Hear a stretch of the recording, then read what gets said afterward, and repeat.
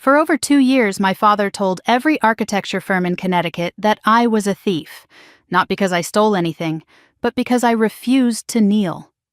I am Stephanie Lawson, 27 years old, and I spent 2 years watching doors slam in my face. 47 applications, 47 rejections. I graduated summa cum laude from Yale School of Architecture with a 3.9 GPA, a portfolio my professors called exceptional, and recommendations that should have opened every door in the industry. None of it mattered. Because Richard Lawson, chairman of Lawson and Partners Architecture, my own father, had made sure no one would hire me. He told them I had sticky fingers, that I was unreliable, that our family was handling a situation privately. He thought 2 years of rejection would break me, thought watching me wait tables while he built his empire would bring me crawling back, begging for forgiveness I never owed him. He was wrong. He did not know about the envelope, the one my grandmother had prepared 15 years ago, sealed with red wax, waiting for this exact moment. He did not know why Catherine Monroe, CEO of the largest development corporation in America, had personally requested this interview. And he certainly did not know that in 45 minutes, something would happen in this room that would make 2 years of humiliation worth every single second. But before I tell you what happened in that interview, I need to take you back to the family that made me, and almost destroyed me. The Lawson family looked perfect from the outside. 3 generations of architects in Hartford, Connecticut. My father, Richard Lawson, 58 years old, chairman of Lawson and Partners Architecture. The firm had designed courthouses, museums, corporate headquarters across New England. Our colonial mansion sat on 4 acres of manicured lawn. The garage held my father's Mercedes, my mother's Lexus, and my sister Olivia's BMW, a graduation gift for finishing her interior design degree. Magazine features called us a dynasty. Charity galas called us generous. The neighbors called us blessed. They did not see what happened behind closed doors. My mother, Victoria Lawson, played her role to perfection. 55 years old, always in pearls, always smiling, always silent when it mattered. Her job was to maintain the image, host the dinners, never contradict my father. I cannot remember a single time she raised her voice to him. Not once in 27 years. Then there was Olivia, my younger sister, 24, the golden child. She had been groomed since childhood to inherit the firm. Father's favorite, mother's project, the family's future. Everything Olivia touched turned to opportunity. Everything I touched was questioned. I learned early that daughters had different places in the Thornton household. When Olivia wanted to study abroad in Paris, father wrote the check without blinking. When I asked about the same program 2 years earlier, he laughed. "What for?" he said. "You will get married eventually. Save me the money." I went to Yale, 40 minutes away, commuted from home, worked 2 jobs to cover what his grudging contribution did not. At family dinners, the conversation always orbited around Olivia, her projects, her promotions, her future. I sat at the end of the table, passing dishes and clearing plates while father carved the roast and dispensed wisdom to his younger daughter. "A woman builds her legacy through her family," he would say, pointing his fork at Olivia. "Remember that." He never pointed that fork at me. When I was 14, I overheard something I have never forgotten. My parents were in the kitchen, voices low, and I had paused outside the door. "Daughters do not need to create," my father said. "They need to follow. Stephanie will marry well. That is her job." I stood there in the hallway, frozen. That was the first time I understood. In my father's eyes, I was not a person with dreams. I was an asset to be managed, a problem to be controlled. That night, I called my grandmother. Before I could say a word, she spoke. "Your father told me what he said. And Stephanie, I want you to listen carefully. He is wrong. About many things. And someday he will learn that the hard way." I did not understand what she meant then. I was 14. But I never forgot her voice. The steel beneath the softness. The certainty that felt like prophecy. My grandmother, Eleanor Lawson, was the only person who ever made me feel like I mattered. She was 82 when she passed 2 years ago. What most people did not know, what the industry refused to acknowledge, was that Eleanor was the true founder of Lawson and Partners. In 1962, when women could barely get architecture licenses in most states, my grandmother designed buildings that changed Hartford's skyline. But she did it under her husband's name first, then under her son's name. My father, 40 years of brilliance, 0 credit. Eleanor never complained publicly, but she kept records, original sketches with dates, correspondence with clients, a lifetime of evidence locked away somewhere safe. Insurance, she called it, for when the truth needs to come out. Every summer from ages 8 to 16, I stayed with Grandma Eleanor in her brownstone in New Haven. The house smelled like lavender and old books. Every room was filled with blueprints, architectural models, volumes on design theory.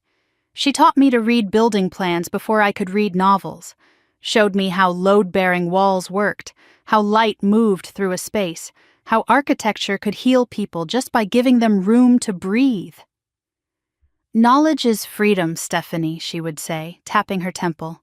"No one can take what is in here." The summer I turned 12, something changed. We were sitting on her rooftop garden, watching the sunset paint New Haven gold and pink. Out of nowhere, Grandma took my hand. Her eyes were serious in a way I had never seen. "Stephanie, I want you to remember something. I need you to remember it." I looked at her, confused.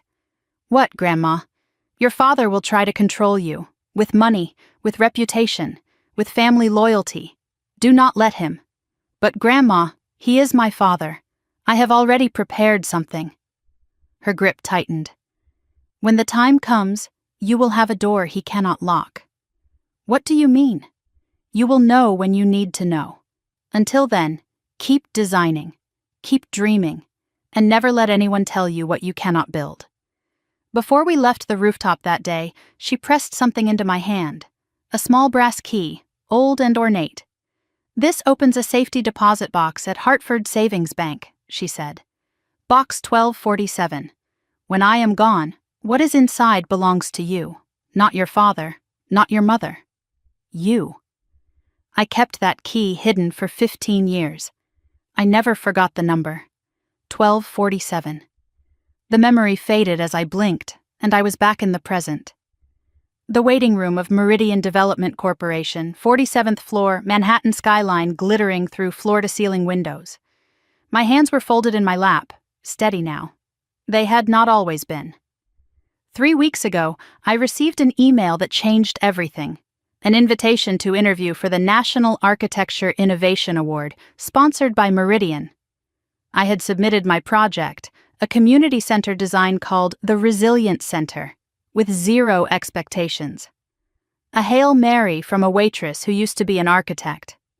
I did not even know I had made finalist until that email arrived. Other candidates waited around me.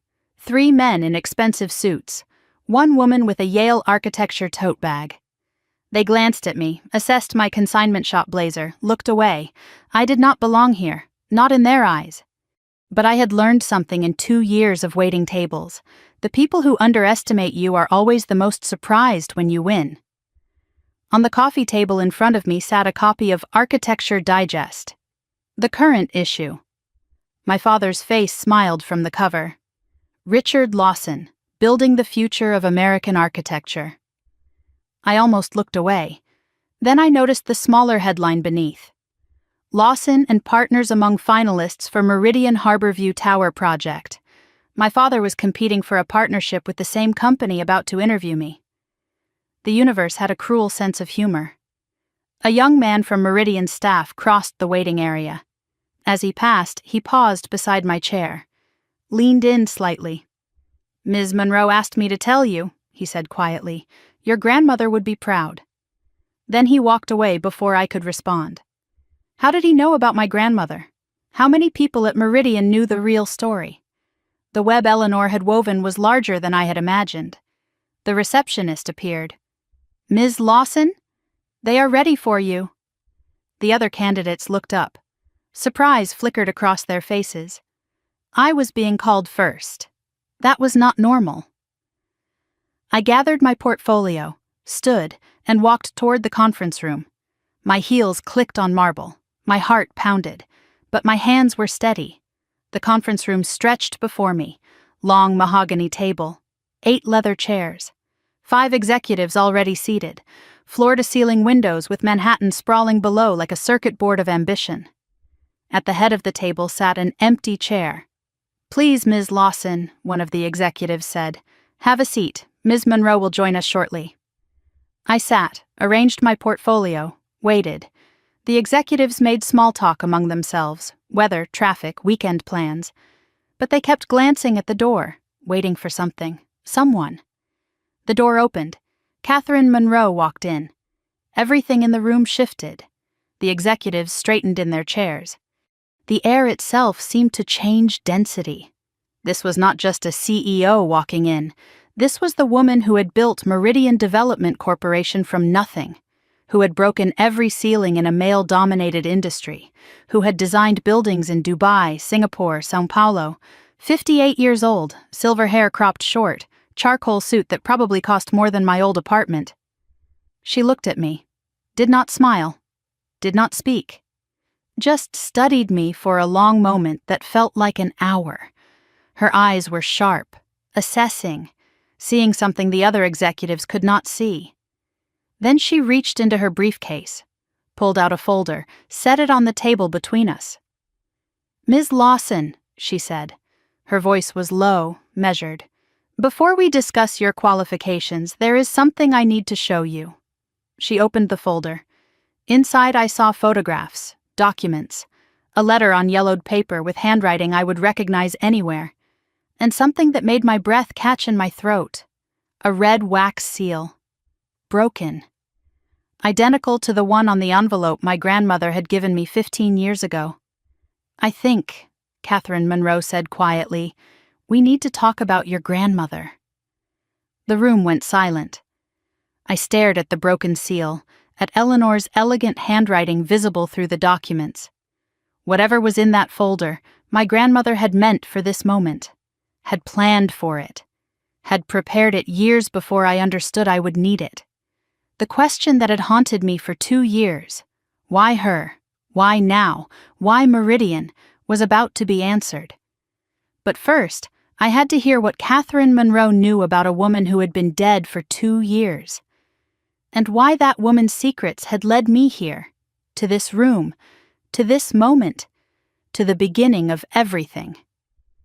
Catherine Monroe's words hung in the air. "We need to talk about your grandmother." I stared at the folder between us, at the broken red seal, at handwriting I would recognize anywhere. Questions flooded my mind. How did she have Eleanor's documents? What else did she know? How long had she been waiting for me to walk through that door? Catherine raised a hand, sensing my confusion. "Before I show you what is in here, I need to understand something." She leaned forward, her eyes sharp and searching. "Your father has called 17 architecture firms in the past 3 years. Every call contained the same message. His daughter is a thief, unreliable, a family disgrace." She paused, letting the words settle. "I need to know, Ms. Lawson, what exactly did you steal?" I took a breath, steadied myself. Nothing. I stole nothing. Then why would a father destroy his own daughter's career? I looked at the folder, at my grandmother's handwriting visible through the papers. Because I refused to be owned. I paused, feeling the weight of years pressing against my chest. It started with $3,000. Let me take you back 8 years. To the moment my father decided I was his enemy. Fall semester, 2016. I was 19 years old, a sophomore at Yale School of Architecture, one of 12 women in a class of 48. For the first time in my life, I was thriving. Professor Hendricks called my work ambitious, technically precise, emotionally intelligent. I stayed late in the studio every night, designing buildings that existed only in my imagination but felt more real than anything in my father's world. I was finally being seen, finally being valued for what I could create. But architecture school demanded more than talent, it demanded tools. The software we used, AutoCAD, Revit, three-dimensional rendering programs, required computing power my laptop could not provide. I had a 5-year-old Dell, a hand-me-down from high school, and it crashed constantly. Every time I saved a file, I held my breath. Corrupted projects, lost work, hours of rendering that vanished into digital nothing. Other students had MacBook Pros, custom-built desktops, equipment that matched their ambition. I had a machine that belonged in a museum. Thanksgiving break, freshman year. I sat at the family dinner table waiting for the right moment. My father carved the turkey. My mother arranged flowers. Olivia scrolled through her phone, bored by everything that was not about her. I cleared my throat. "Dad, I need a new computer for school. The rendering software keeps crashing." He did not look up from his phone. "How much?" "About $3,000. For a workstation that can handle the programs." Silence, the kind that made my stomach clench. "That is a lot of money for a hobby," he said. "It is not a hobby, Dad. It is my major. It is architecture." Olivia smirked. My mother studied her plate. My father finally looked at me, his expression unreadable. "Fine, use the family card, but only for school expenses. Nothing frivolous. Do you understand?" "Yes, thank you." That was the end of the conversation. I thought it was simple. Permission granted, problem solved. 2 weeks later, I bought the computer. A Dell Precision workstation. Exactly what my professors recommended. $3,147, including tax. I kept every receipt. Emailed copies to my father's assistant. Called home to confirm. "I got it, Dad. Thank you." His response was a grunt. Then he hung up. I thought that was the end of it. 3 months later, spring semester, I was in the architecture studio working on my midterm project when my phone buzzed. My father. He never called. Something cold settled in my stomach. "Come home this weekend.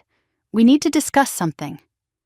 His voice was ice. No warmth. No explanation. "What is wrong? Just come home, Stephanie." He hung up before I could ask anything else. Saturday afternoon. The Lawson Mansion. I walked into the dining room and found my father at the head of the table, a credit card statement in his hand. My mother stood by the window, arms crossed, not meeting my eyes. Olivia was nowhere to be seen. Conveniently absent. $3,147. My father's voice was quiet, controlled.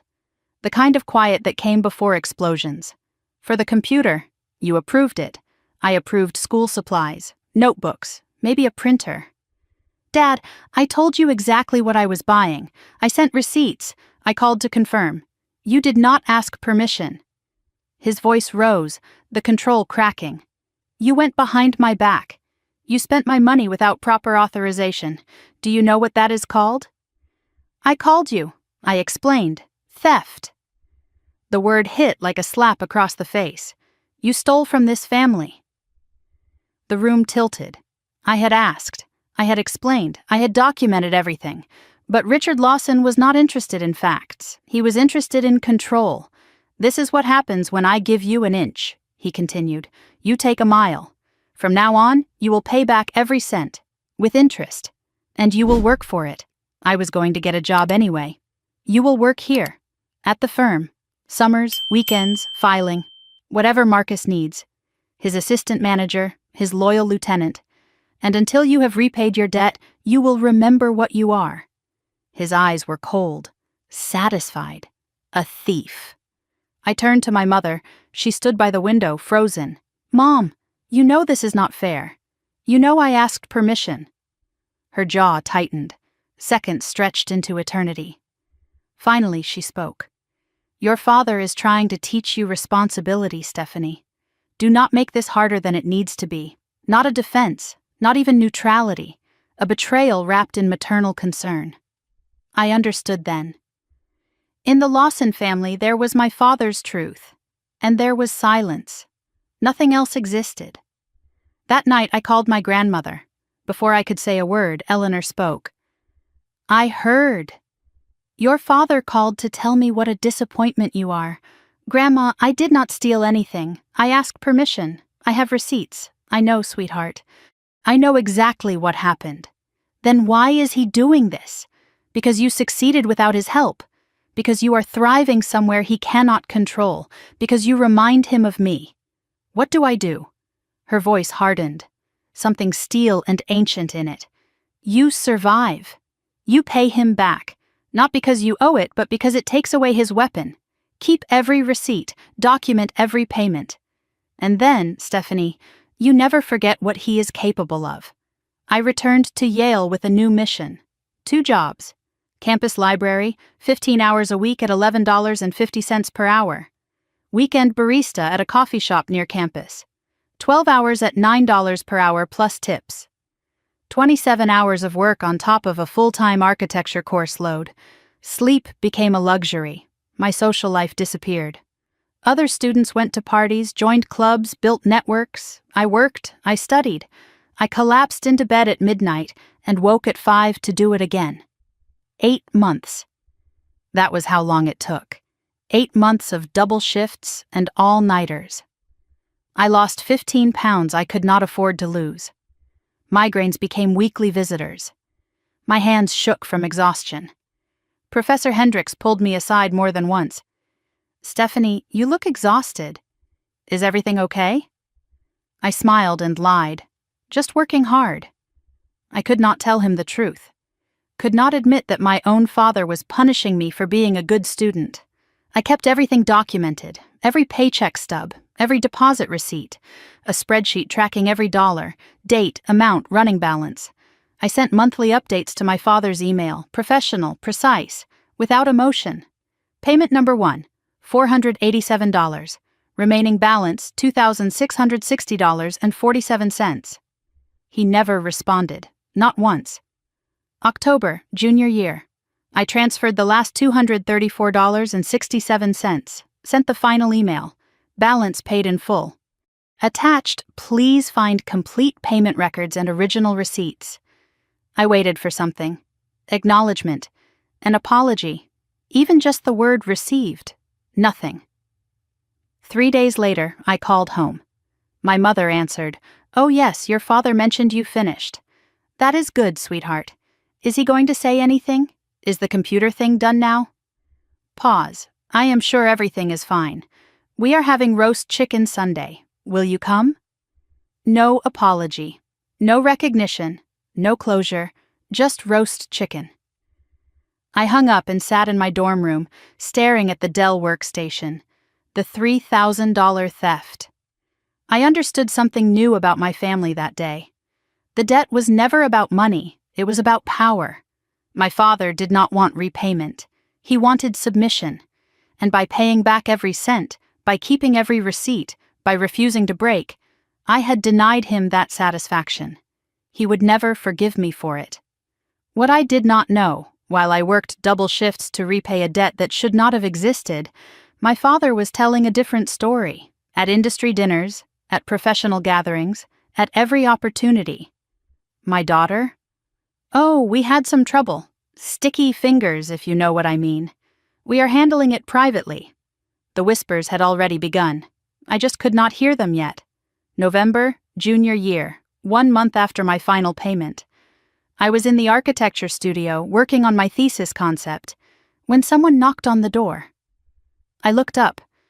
My grandmother stood there, holding a picnic basket, looking at me with eyes that saw everything. "I heard you have been forgetting to eat," she said. We found a quiet spot on the building's rooftop terrace. Sandwiches, apple slices, homemade cookies.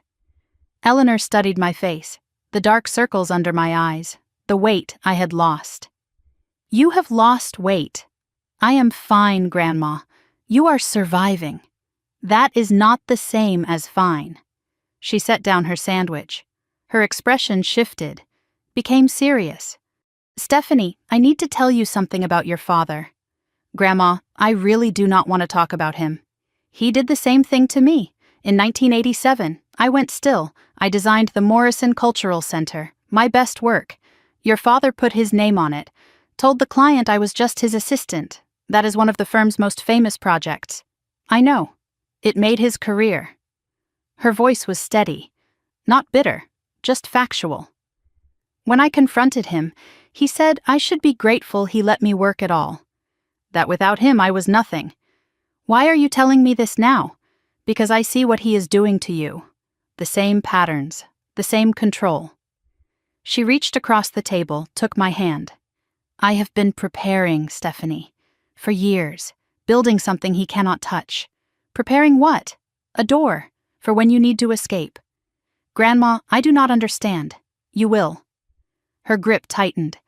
When the time comes, you will have options. Not just survival, real freedom. What if he finds out? Her smile turned fierce. Your father thinks he controls everything. Money, reputation, family. But there are things even Richard Lawson cannot reach. Before she left, Eleanor paused at the studio door. Do you still have the envelope I gave you? The one with the red seal? Yes. I have never opened it. Good. Keep it that way. She kissed my forehead. The world has not turned against you yet. Let us hope it never does. She walked away. I did not know it then. But that was the last time I would see my grandmother healthy. 3 weeks later, she was diagnosed with pancreatic cancer. She had 18 months left, and in those 18 months she never stopped preparing. Letters to lawyers, transfers to trusts, meetings with people I had never heard of. She was building an escape route, not for herself, for me, a door my father would never see coming. Catherine Monroe closed the folder gently. Stephanie finished speaking. The conference room was silent. $3,000. Catherine's voice was quiet. He destroyed your career over $3,000 you paid back in full. It was never about the money. No, it was not. Catherine slid the folder across the table. Your grandmother contacted me in 2019, 6 months before she died. My breath caught. She sent me your portfolio, your academic records, letters of recommendation from every professor you ever had. I did not know. She also sent me documentation of every call your father made, every firm he contacted, every lie he told. Catherine's voice hardened. She wanted a record, in case you ever needed proof. Catherine pulled out one final document. A letter, handwritten, Eleanor's elegant script. She also sent me this, a personal letter explaining why she chose Meridian, why she chose me. What does it say? Catherine looked at me with something new in her eyes. Respect, perhaps, or recognition. It says that 40 years ago, I was her student, her protégé, the daughter she wished she had. She paused. And it asks me to do for you what she did for me. Give you a chance when no one else would.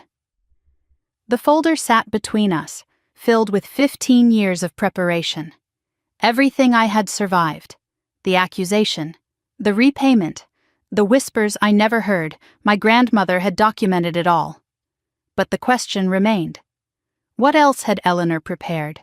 And what would happen when my father discovered his mother had been building a case against him from beyond the grave?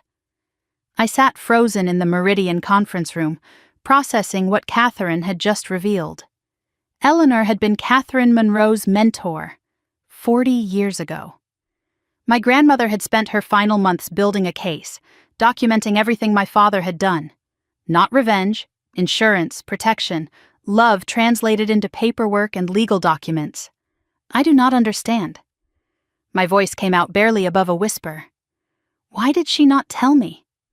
Catherine closed the folder gently. Because you were not ready. And because she knew your father was watching. Watching? Richard Lawson has sources everywhere, Ms. Lawson. Your grandmother could not risk him discovering her plans before they were complete. Catherine leaned back in her chair. She told me you would come eventually, that something would force you out of hiding. How could she possibly know that? Because she knew her son. Catherine's voice hardened. She knew the moment you refused to submit, he would try to destroy you. She was right, of course. Grandma always was. The moment I said no, the real no, the one that counted, my father declared war. It happened the day I graduated. May 18th, 2020. Yale School of Architecture commencement ceremony. I stood in front of the mirror in my tiny apartment, adjusting my cap and gown. 6 years instead of 5. Thanks to the debt I had to work off. Thanks to the double shifts and the exhaustion and the semesters I could not afford to take full course loads. But I had made it. Summa cum laude. Dean's List every semester. A portfolio my professors called exceptional. For the first time in my life, I had something that belonged entirely to me. Credentials no one could dismiss, achievement no one could take credit for. I should have felt triumphant. Instead, I felt hollow. The ceremony took place in the university courtyard. Rows of folding chairs stretched across the manicured lawn. Families clutched programs, craning their necks to spot their graduates. I scanned the crowd, searching for familiar faces. Found them, 4th row, center section. My father in his navy suit checking his phone. My mother in her pearls, posture perfect, smile fixed for anyone who might be watching. Olivia beside them, scrolling through Instagram, bored by anything that was not about her. And next to Olivia, an empty seat. Grandma Eleanor's seat. She had died 14 months earlier. The cancer had taken her fast in the end. I had held her hand in hospice, promised to make her proud. Now I was graduating, walking across the stage she had dreamed of seeing me cross, and the one person who had truly believed in me was not there to witness it. The names were called alphabetically. I waited, heart pounding, palms sweating beneath my gown. Stephanie Marie Lawson, summa cum laude. I walked across the stage. Dean Harrison shook my hand, smiled warmly. Exceptional work, Ms. Lawson. You have a bright future ahead. I looked toward my family as I accepted my diploma. My father was talking to Olivia, leaning close, gesturing about something. Business, probably. Always business. My mother was watching the stage, but her eyes were distant, vacant, present in body, absent in everything else. Neither of them was looking at me. I walked off the stage, diploma in hand, completely unseen. After the ceremony, Professor Hendricks found me outside the auditorium. Stephanie, I want you to know I have recommended you to several firms. Top ones. Thank you, Professor. That means everything. You have genuine talent. Do not let anyone tell you otherwise. He paused, studied my face like he could see the exhaustion beneath the smile. And do not let family politics hold you back. I have seen it happen to brilliant students before. I wondered how much he knew. Probably more than I realized. As I thanked him, I noticed my father across the courtyard. He was shaking hands with a silver-haired man in an expensive suit. Something about their interaction made me uneasy. The way my father smiled, the way the man nodded, the way they both carefully avoided looking in my direction. I did not recognize him then. I would learn his name later. Harold Whitmore, senior partner at Whitmore Architecture Associates, one of the firms I had already applied to. Lunch was at the Elm, Hartford's most exclusive restaurant. My father had reserved the private dining room, white tablecloths, crystal glasses. A waiter who knew the Lawsons by name. Congratulations, sweetheart. My mother raised her glass. To Stephanie. We clinked. I smiled, said thank you. The champagne tasted like disappointment. Before I could say anything about my plans, my father cleared his throat. I have an announcement. All eyes turned to him. Richard Lawson at the head of the table, commanding attention as always. As of next month, Olivia will be joining Lawson and Partners as design director. My stomach dropped through the floor. Olivia beamed. Thanks, Daddy. I have been preparing for this my whole life. You certainly have. Father raised his glass. To Olivia. The future of the Lawson legacy. Everyone drank. My hand trembled around my glass. Design director. Olivia was 22 years old, fresh out of a state school interior design program. Not architecture, interior design. A completely different field. I had just graduated summa cum laude from Yale School of Architecture. 6 years of training, a portfolio that professors called exceptional. But Olivia got the toast. What about Stephanie? My mother's voice was quiet, almost tentative. She just graduated too. My father waved his hand dismissively. Stephanie's situation is different. Different how? I kept my voice level. Neutral. The way you learn to speak when you have been dismissed your whole life. You are not ready for a leadership role. You need seasoning. I have 6 years of training, a 3.9 GPA, a portfolio that won 3 student competitions. Portfolios do not run companies. He cut me off without raising his voice. Loyalty does. Discipline does. Knowing your place does. The table went silent. Olivia smirked into her champagne.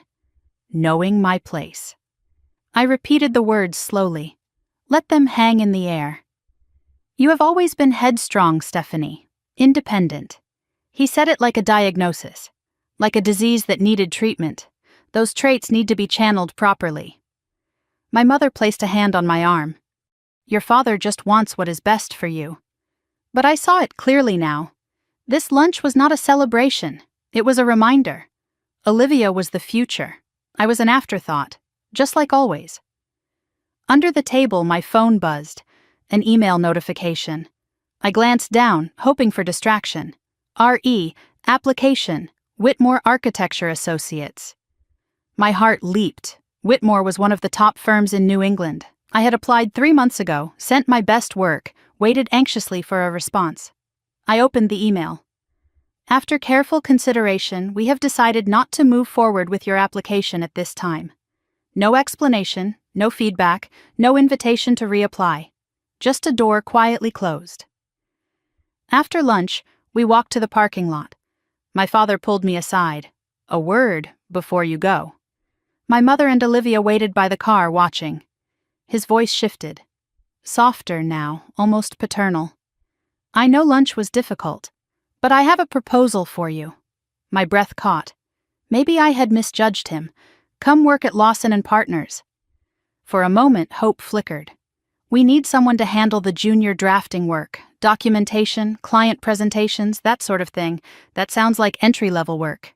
It is, but everyone starts somewhere. He smiled. The smile he used with clients. Consider it a training position. Training for what? When Olivia takes over the firm fully, she will need support. A reliable team, family she can trust. I processed his words carefully. You want me to work under Olivia? With Olivia, as her assistant. What is the salary? He laughed. Salary? Stephanie, this is family. We do not pay family. You are offering me an unpaid position. For the first year. Consider it an apprenticeship. You will live at home. Save money. Learn the business from the ground up. I just spent 6 years learning the business. At Yale. Yale teaches theory. He stepped closer. I am offering practice. Most graduates would kill for this opportunity. Most graduates would be paid. His eyes went cold. Most graduates did not steal from their family. There it was. The $3,000 ghost. Still haunting. I paid that back. Every cent. 4 years ago. The money is not the point. His voice dropped. Trust is. And you have not earned mine back. So this is punishment. This is opportunity, the only one you are going to get. He glanced toward the car, toward Olivia's watching eyes. Come home. Work hard. Prove you can follow before you try to lead. In a few years, when Olivia is established, there might be a real position for you. Translation: serve your sister, earn your keep, know your place, forever. I looked at my father, really looked, saw the calculation behind his concern, the control disguised as opportunity, the cage dressed up as a career. I took a breath. No. His expression did not change, but something behind his eyes shifted, like a door closing, like a predator recognizing prey that would not come willingly. No? He repeated the word like he had never heard it before. No, Dad, I am not going to work unpaid under my sister. You are making a mistake. Maybe, but it will be my mistake. You think you can survive out there without me? Without the Lawson name? I think I have to try. His jaw tightened. The paternal mask slipped away. You want to build your own career? Fine, go ahead. His voice dropped to something cold and final. But do not come crawling back when it does not work out. Do not expect me to make calls, open doors, clean up your messes. I will not. You will regret this, Stephanie. He stepped back, straightened his tie. I promise you that. Olivia appeared beside him, arm linked through his. Everything okay? Your sister has decided she does not need our help. Olivia turned to me, her eyes glittered with something like triumph. Really? You are going solo? I am going to try. Good luck out there, sis. The word dripped with condescension. Without Dad's name, you are nobody. You know that, right? I did not respond. You will be back.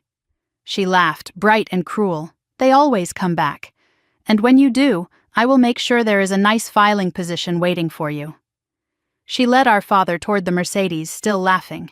My mother lingered behind. Her voice was barely audible. Stephanie, please, just say yes. Make this easier. Easier for who, Mom? For all of us. Her eyes glistened.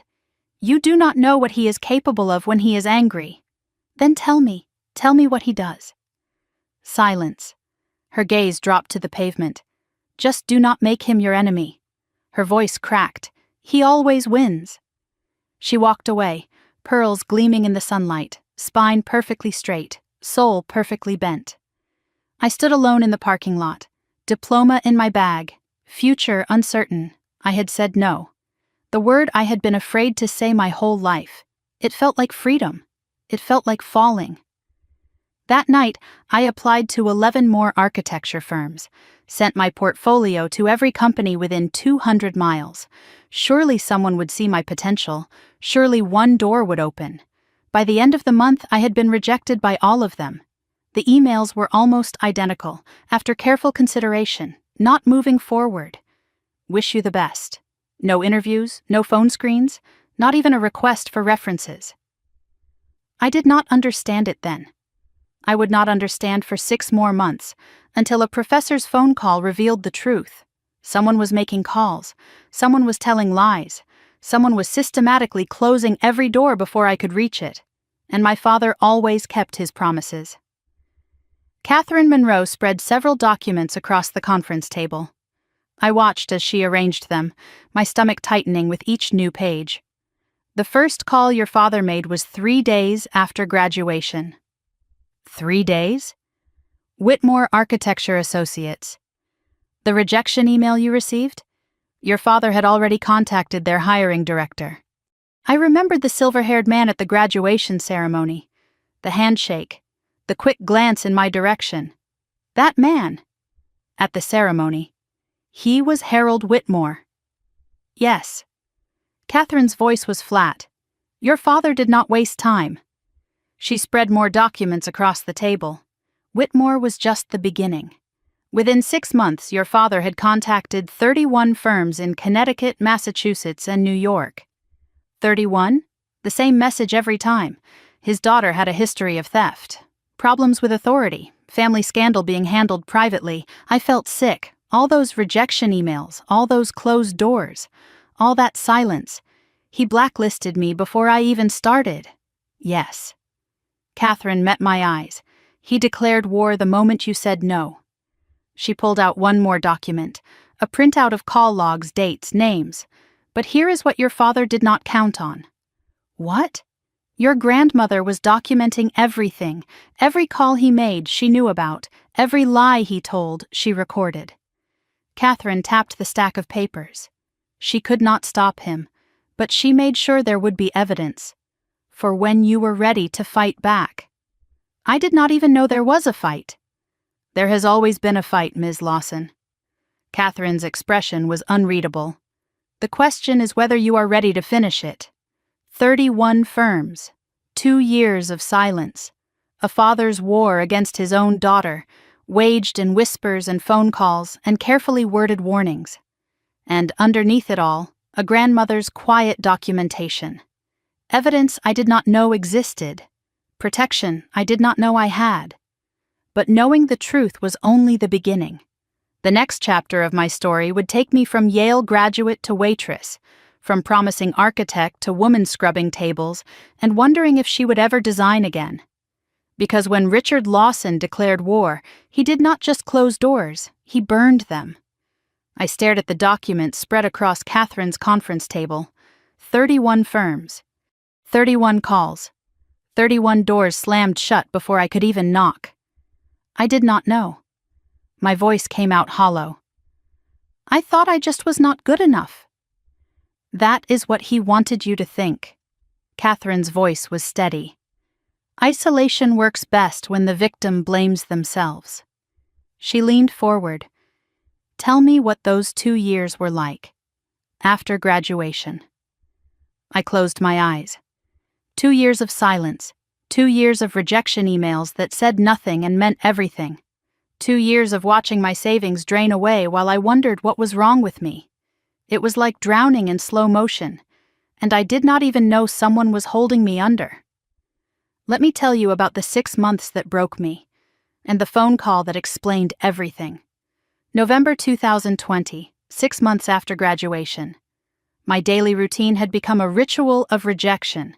Wake at 6 in the morning, check email, nothing. Spend the morning customizing cover letters and tailoring my portfolio for each application. Afternoon, refresh job boards and apply to anything remotely related to architecture. Evening, stare at my phone, willing it to ring. Night, lie awake in the dark, replaying every interview question I had never been asked, wondering where I had gone wrong. 47 applications sent, 47 rejections received. Or worse, silence. The kind of silence that makes you question your own existence. I had applied to firms in Hartford, New Haven, Boston, New York, big firms with glass towers, small firms with character, startups looking for fresh talent, established practices seeking junior architects. The response was always the same, a form email, after careful consideration. We have decided to pursue other candidates. Wish you the best in your future endeavors. No interviews, no phone screens, not even a request for references or additional portfolio samples. Just closed doors and form letters. My savings account told its own story. I had started with $4,200. Everything I had saved from working through college. My rent for the tiny studio apartment was $850 a month.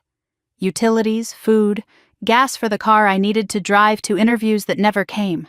By November, I was down to $1,100, 2 more months, maybe 3 if I stopped eating. Then I would have to move back home. The thought made me physically ill. Moving home meant surrendering, meant proving my father right, meant kneeling at his feet and begging for the unpaid position he had offered as a gift. I would rather sleep in my car. Late nights became torture sessions. I would spread my portfolio across the apartment floor and study each piece like it held some secret flaw I had missed. Was my work not good enough? Too ambitious? Too conservative? Not innovative enough? I redesigned my resume 11 times, changed the fonts, reorganized the sections, asked former classmates for feedback. "It looks great, Steph," they said. "I do not understand why you are not getting calls." Neither did I.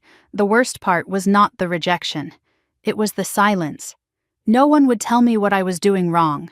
No one would give me feedback or explain why my applications disappeared into void after void. Because I was not doing anything wrong. I just did not know it yet. One night, scrolling through Instagram when I should have been sleeping, I saw a post from a former classmate, Derek Morrison. He had been hired at Whitmore Architecture Associates, the same firm that had rejected me first, the same firm where Harold Whitmore had shaken my father's hand at graduation. In the comments, someone asked how he got the position. His response made my stomach turn. Just lucky, I guess. They said they had concerns about another candidate and went with me instead. Another candidate. Concerns. I stared at those words until my phone screen went dark. December 2020. The week before Christmas. I was sitting in my apartment, surrounded by rejection emails I had printed out like evidence of my own failure, when my phone rang. Professor Hendricks. My heart leaped. Maybe a recommendation had come through. Maybe someone had finally seen my potential. "Professor, do you have news?" Long pause. Too long. Stephanie, I need to tell you something. And I am sorry I did not call sooner. The hope in my chest turned to ice. I had lunch with Harold Whitmore last week, old colleague from my days in practice. We were catching up and your name came up. Whitmore? They rejected me months ago. I know. I asked him why. You were one of my best students. I could not understand it. My grip tightened on the phone. He was uncomfortable. Said they had received information about you, from a senior industry figure. Information? What information? That you had a history of theft, that you were difficult and unreliable, that your family was handling a situation privately. The room tilted, walls closing in. Theft? That is not. I know. His voice was heavy. I defended you. Told him it was nonsense, but the damage was done. How many firms? My voice was barely a whisper. I made some calls today. Reached out to contacts at other practices. Pause. Everyone has heard the same thing, Stephanie. Someone has been calling, warning them about you. Someone. They will not say who directly, but the description is always the same. Older man, industry veteran, very well connected. I knew. Of course I knew.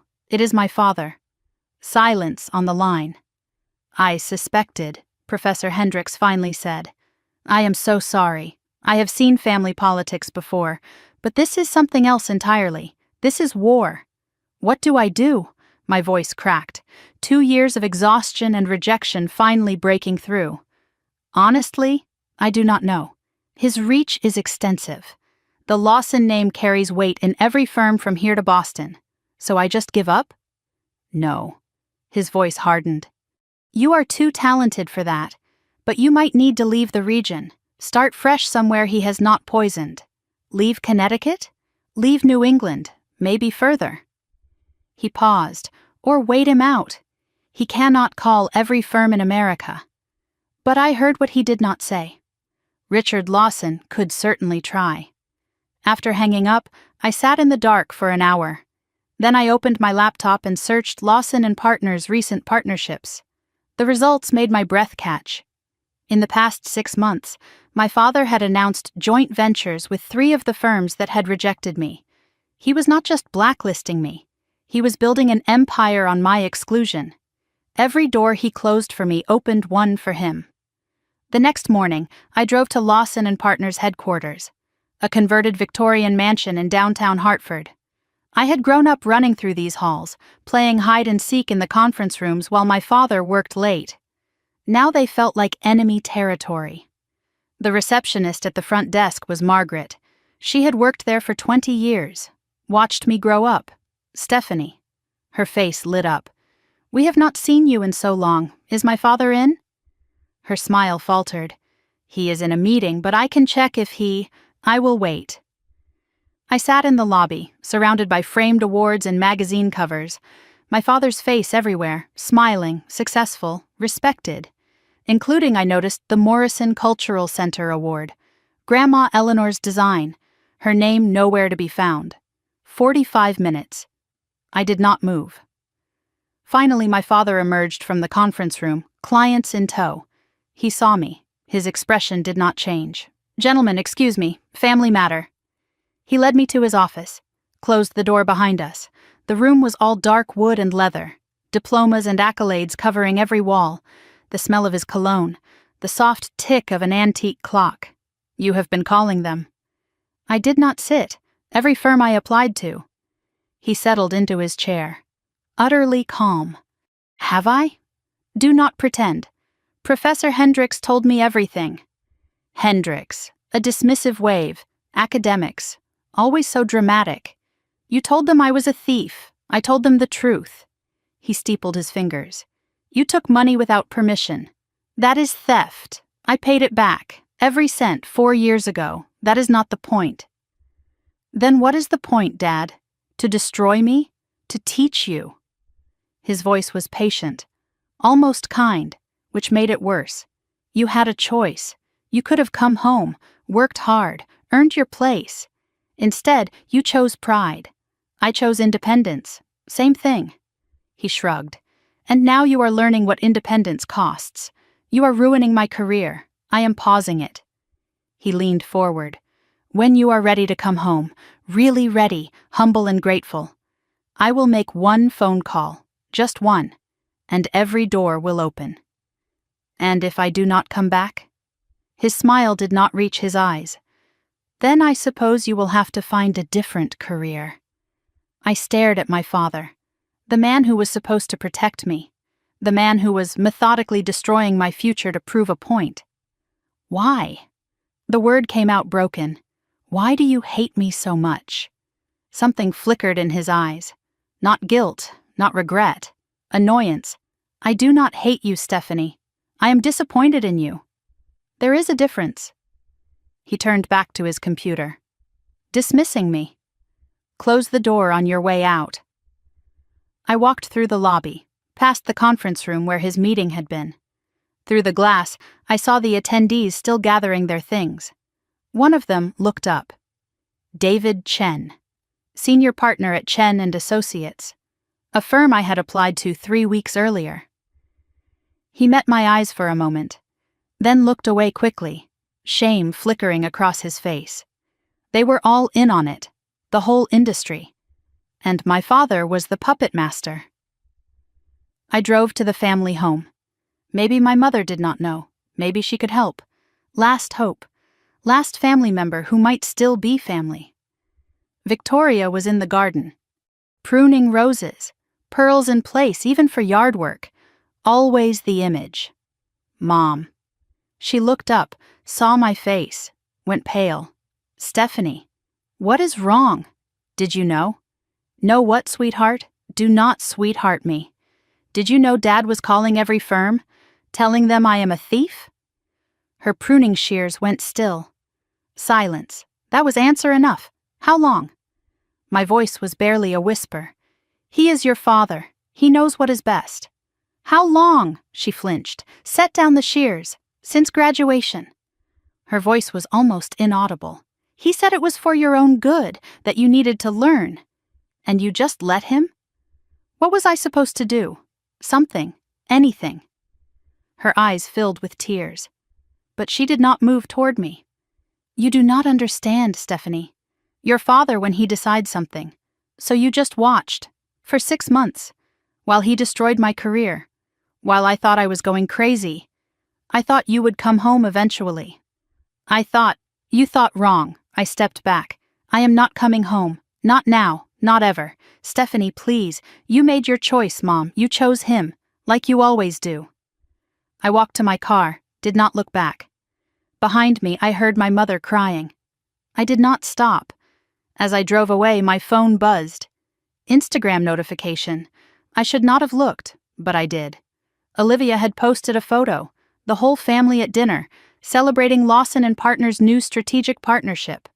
Caption: "So grateful for family who always supports each other." I was not in the photo. I had not been invited. I had not even known about the dinner. I turned off my phone and drove until I could not see the mansion in my rearview mirror anymore. January 2021. Savings, $312. Rent due in 2 weeks, $850. No callbacks, no interviews, no hope. I sat in my apartment, surrounded by rejection emails, and faced the truth. I had 2 choices: call my father and surrender, or find another way. Surrender was not an option. I searched job boards, not for architecture positions anymore, for anything, retail, food service, cleaning, anything with a paycheck. Most places wanted experience I did not have. Then one listing caught my eye. Rosie's Diner. Waitress needed. No experience necessary. Must be willing to work hard.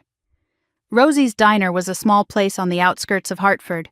Checkered floors, vinyl booths, coffee that never stopped brewing. I walked in, resume in hand. Pointless, but habit. A woman looked up from behind the counter, 45, dark hair streaked with silver, eyes that had seen everything and judged nothing. "You are not here for the eggs, are you? I am here about the job." She studied me. "What is your story?" "I am an architect who cannot get hired." "Why not?" I hesitated, then decided on truth. My father blacklisted me from the industry. She did not blink. Sounds like you need more than a job. You need a place to land. I just need to survive. She nodded slowly. I can work with that. She extended her hand. Elena Martinez. Welcome to Rosie's. Minimum wage plus tips. Shifts are 6 in the morning to 2 in the afternoon, or 2 in the afternoon to 10 at night. I will train you myself. When can I start? Tomorrow morning. Be here at 5:30. I felt tears prick my eyes. Thank you. You do not know. Yeah, I do. Her voice softened. We all land somewhere, honey. The question is whether we get back up. She handed me an apron. I tied it around my waist. From Yale architecture graduate to diner waitress in 8 months. My father thought he had broken me. Thought I would come crawling back. He was wrong. I did not know it yet, but this diner would become my sanctuary. And Elena Martinez would become the mentor I did not know I needed. The war was not over. It was just beginning. 5:30 in the morning. January 4th, 2021. My first real shift at Rosie's Diner. The coffee was already brewing when I pushed through the back door, the smell hitting me like a wall. Burnt grounds and bacon grease and something that might have been hope. Elena handed me an apron without a word. Tied it yourself. You will be doing it 100 times. My feet were aching by 8. My back was screaming by noon. I dropped a tray of pancakes on day 2, spilled coffee on a customer's lap on day 3, watched the syrup slide across the checkered floor like my dignity melting away. Elena did not yell. She just handed me a mop and said, "Everyone breaks dishes. The good ones learn to carry more." At Yale, I was Stephanie Lawson, summa cum laude, future architect, design competition winner, professor's favorite. At Rosie's, I was just Steph, the new girl who could not balance a tray without trembling. No one asked about my degree. No one cared about my portfolio or my 3.9 GPA. I was invisible here. And for the first time in months, that felt like relief. I thought waitressing would be a temporary stop. A few months to save money, regroup, figure out my next move. I did not know it would become my life for 2 years. Or that Rosie's Diner would teach me more about survival than Yale ever did. The routine became my rhythm. Morning shift, 5:30 to 2 in the afternoon. Coffee pots filled before sunrise. Eggs cracked by the dozen. Bacon grease permanent on my clothes no matter how many times I washed them. The regulars started arriving at 6. Truck drivers needing fuel before long hauls. Construction workers grabbing breakfast before the job site. Nurses ending night shifts with exhausted eyes and grateful smiles. They wanted hot coffee, fast service, and someone who remembered their orders. I learned. Frank liked his eggs over easy with extra crispy hash browns. Maria wanted decaf but pretended it was regular so her daughter would not worry. Old Mr. Patterson came every day at 7:15, ordered the same oatmeal, and read the same newspaper from front to back. Small rituals, small kindnesses, a world my father would never understand. Minimum wage was $7.25 an hour. The real money came from tips. Good day, $60 to $80, bad day, $30 if I was lucky. I learned to smile through rudeness. Refill coffee before being asked. Remember names and orders and birthdays and anniversaries. Service industry humbles you fast, Elena told me one morning. Either you learn to see people as people, or you burn out. I learned. I had no choice. The physical toll came fast. My feet blistered the first month. I bought gel insoles with my first paycheck. My hands grew rough from hot plates and dish soap, calluses forming in new places. No longer from drafting pencils and architectural models. Now from carrying 4 plates at once and scrubbing grease traps at closing time. I lost more weight, gained it back slowly when Elena started feeding me end-of-shift meals. "You are too skinny," she would say, sliding a plate of meatloaf in front of me. "Eat. It is not pretty, but it is protein." I ate, gratefully. No one at Rosie's knew I had a Yale degree. No one knew my father was Richard Lawson, industry titan. No one knew I had been blacklisted from my own profession by my own blood. I was just Steph, waitress, nobody. There was freedom in that, and grief. Some mornings, carrying plates of eggs to strangers, I would catch my reflection in the chrome coffee machine. Distorted, unrecognizable. The girl who designed buildings was becoming the woman who served breakfast. I did not know if that was survival or surrender. One morning, a customer left a magazine on his table. Architecture Digest. I picked it up to throw it away, and my father's face stared back at me from the cover. Richard Lawson, Building the Future of American Architecture. I stood there, frozen, holding the magazine like it might bite. Elena appeared beside me, took it gently from my hands. Old life? I nodded. She threw it in the trash without another word, did not ask questions, did not push, just protected me from something I could not protect myself from. 3 months into the job, slow afternoon. The lunch rush had ended and the dinner crowd had not started. Elena and I were wiping down tables, working in comfortable silence. "Can I ask you something?" I said. "You can ask. Doesn't mean I will answer. How did you end up here, running a diner?" Her cloth stopped moving. "You mean what is a smart woman like me doing in a place like this?" "I did not mean it like that. I know," she smiled, sad and knowing. "I was a CPA in my previous life, 15 years at a Hartford accounting firm. Good salary, corner office, the whole dream. What happened?" Her eyes went distant.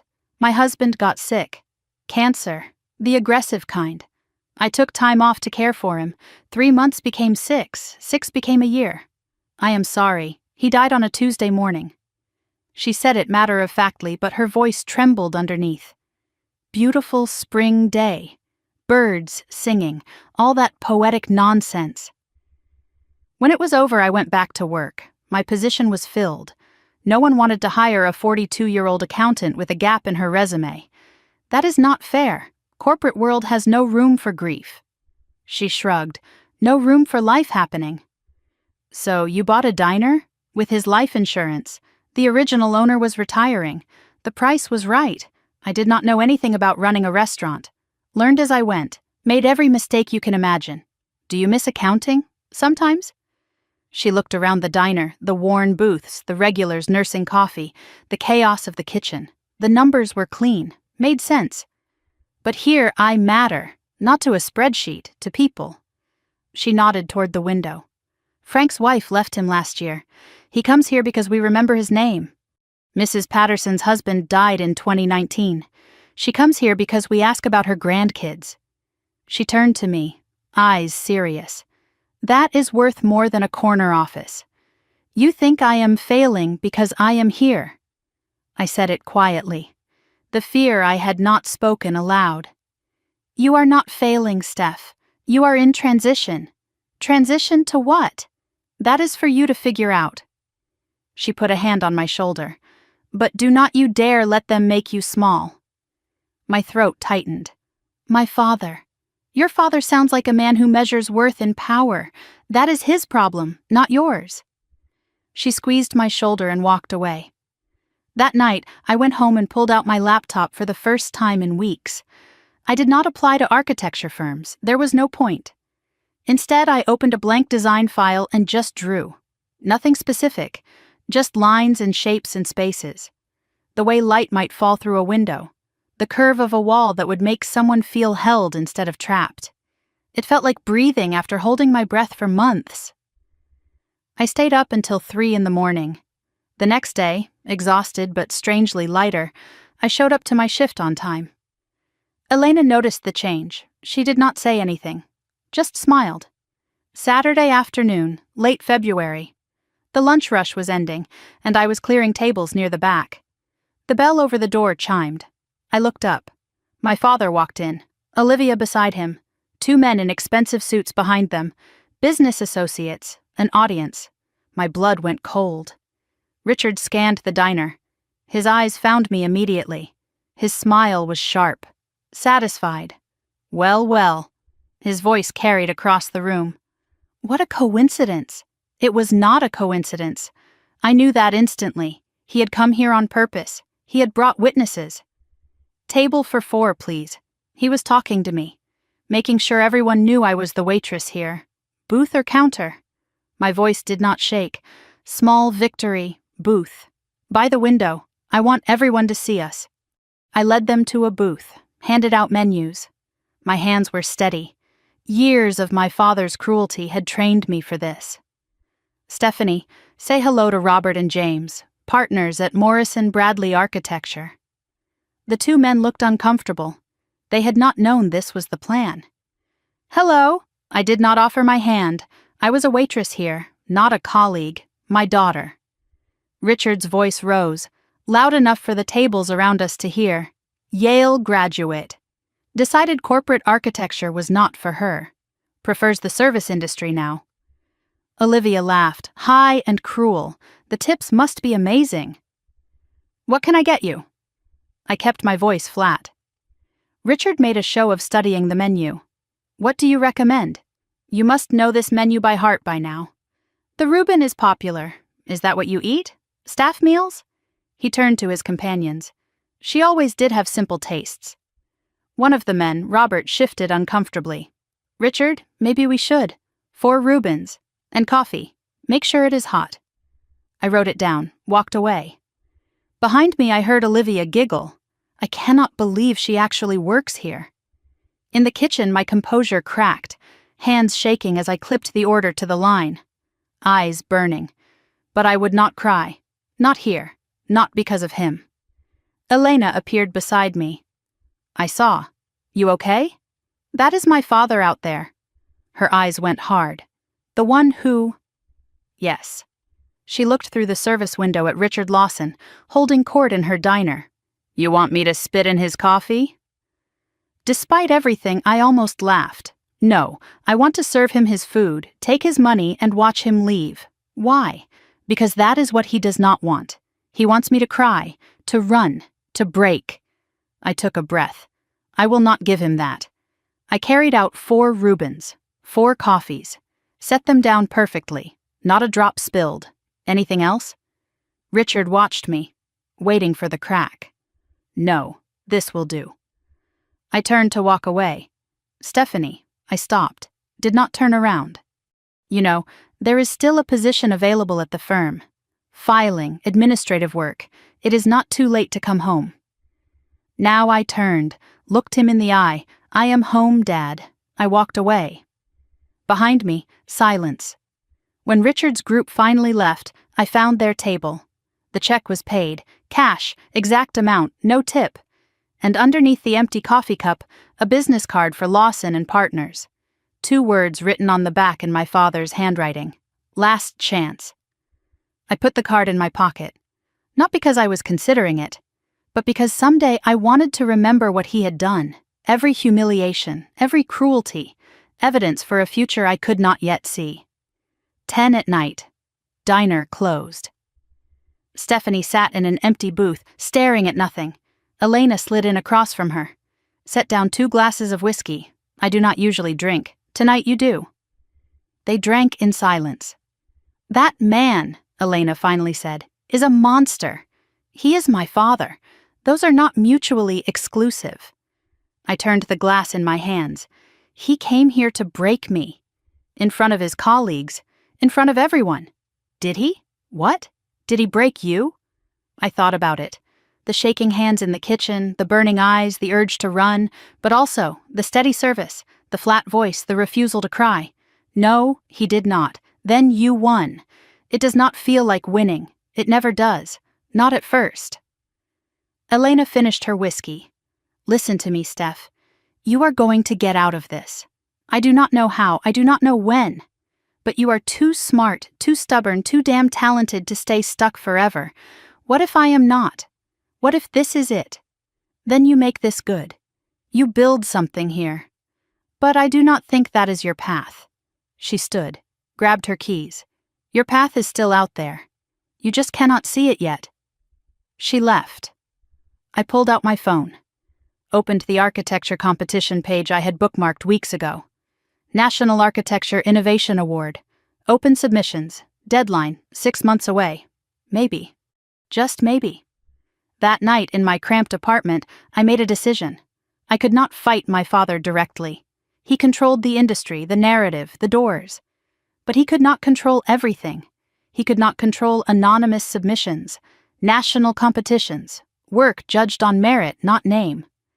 I opened a new project file, named it the Resilience Center, and I began to design. For the next 6 months, I lived a double life. By day, waitress at Rosie's Diner, invisible, surviving. By night, architect in secret, designing a building that would tell my story without using my name. I told no one, not Elena, not my old professors, certainly not my family. The fewer people who knew, the less chance my father could sabotage it. I was building a door he could not lock, just like my grandmother had promised. May 2022. Submission deadline approaching. 11:47 at night. 13 minutes before cutoff. I stared at my laptop screen, the upload button, my entire future compressed into digital files. I had used my own name, Stephanie Lawson, not Lawson and Partners, just me. If my father found out, he would destroy it somehow. Find a way to poison this too. But I was done hiding, done being afraid. I pressed submit and waited. May 2022, the moment after pressing submit. I stared at the confirmation screen until my eyes burned. Your submission has been received. Finalists will be notified within 90 days. 90 days. 3 months of not knowing.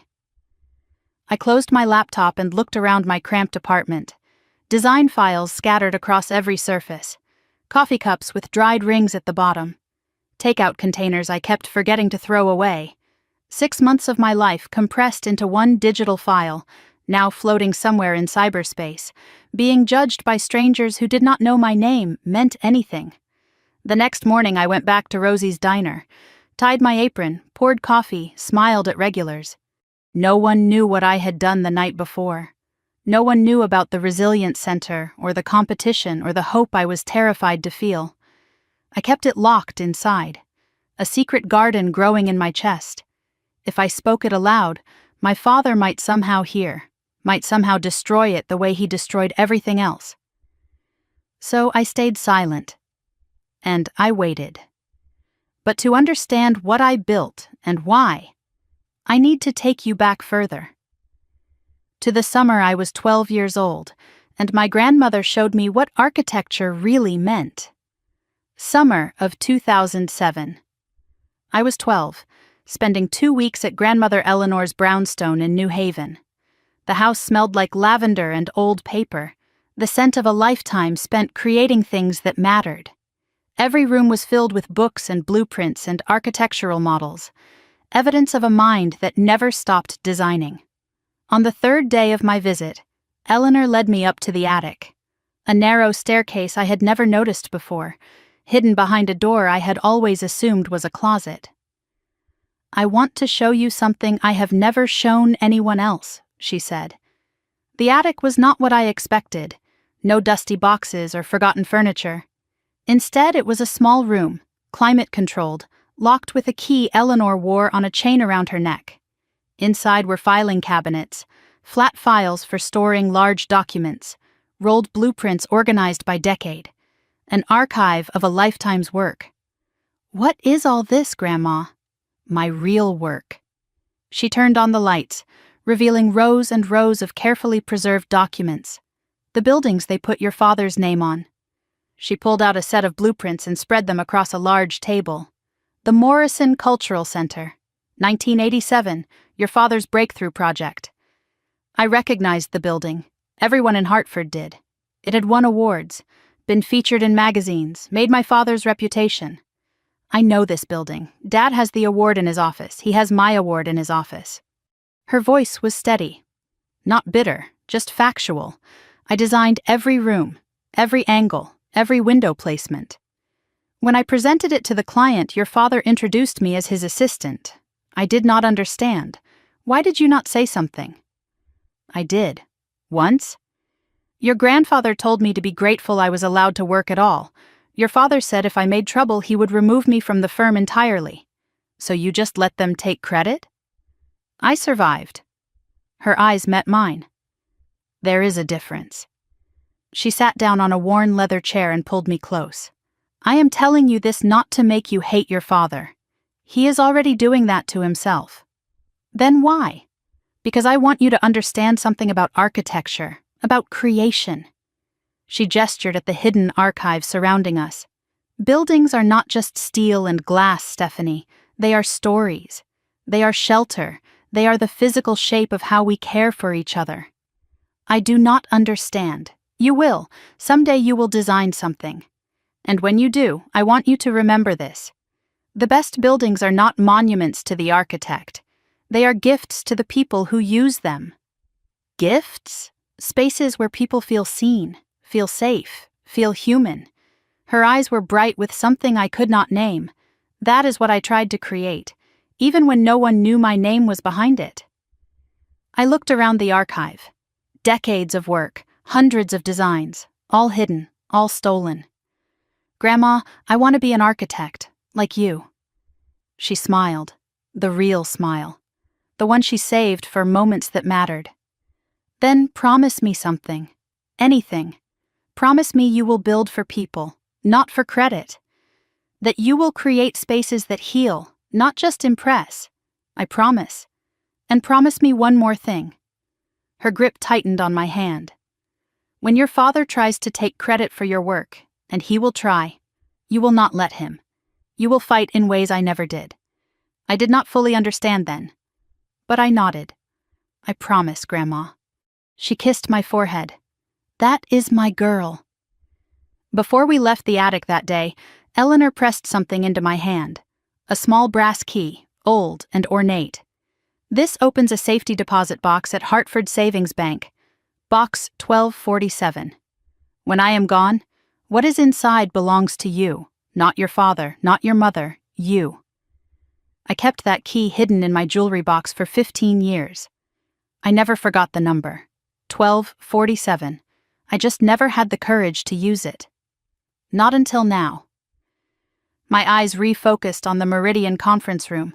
I had been silent for a long moment, lost in memory. Catherine Monroe waited patiently. Your grandmother, she said softly. She shaped how you see architecture. She shaped everything. I can see that in your competition entry. The Resilience Center. Catherine pulled out a printed copy of my submission. Tell me about this design. The Resilience Center was not just a building.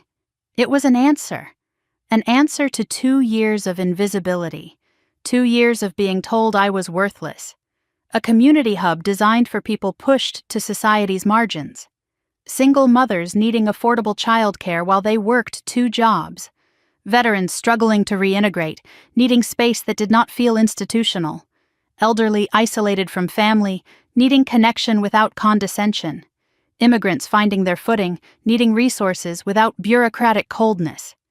Every choice in the design was intentional, natural light in every room, because I knew what it felt like to work in windowless spaces, to feel forgotten in dark corners, open sightlines but private corners, because dignity requires both community and solitude. Sometimes you need to be seen, sometimes you need to hide, childcare adjacent to job training. Because I had watched single mothers at Rosie's juggle impossible logistics, leaving children with strangers so they could learn skills that might lift them out of poverty. A central courtyard with varied seating. Because Mr. Patterson came to the diner every day just to feel less alone. Because connection should not require money, materials that were warm but durable. Because the people who needed this space deserved beauty, not just function. Because dignity is not a luxury. But emotion alone did not win competitions. I had learned structural engineering at Yale. I used every lesson. The building was designed for efficiency. LEED Platinum certification standards. Modular construction to reduce costs and timeline. Flexible spaces that could adapt as community needs changed. Budget projections that were realistic, not aspirational. I had done the math. The building could actually be built. Why Resilience Center? Catherine asked. I looked at the design. My baby, my secret, my hope. Because that is what the people who would use it have. Resilience. They are not broken. They are just in transition. I paused, remembering Elena's words. The building should honor that, not fix them, support them while they fix themselves. Catherine nodded slowly, something shifting in her expression. Your grandmother would be proud. I hope so. What I did not tell Catherine: I had designed the Resilience Center in stolen hours, exhausted and half delirious between waitressing shifts and sleepless nights. Some sections were drafted on napkins at Rosie's, hidden under my apron when customers approached. The final rendering was completed at 4 a.m. the night before the deadline, my hands shaking from coffee and fear.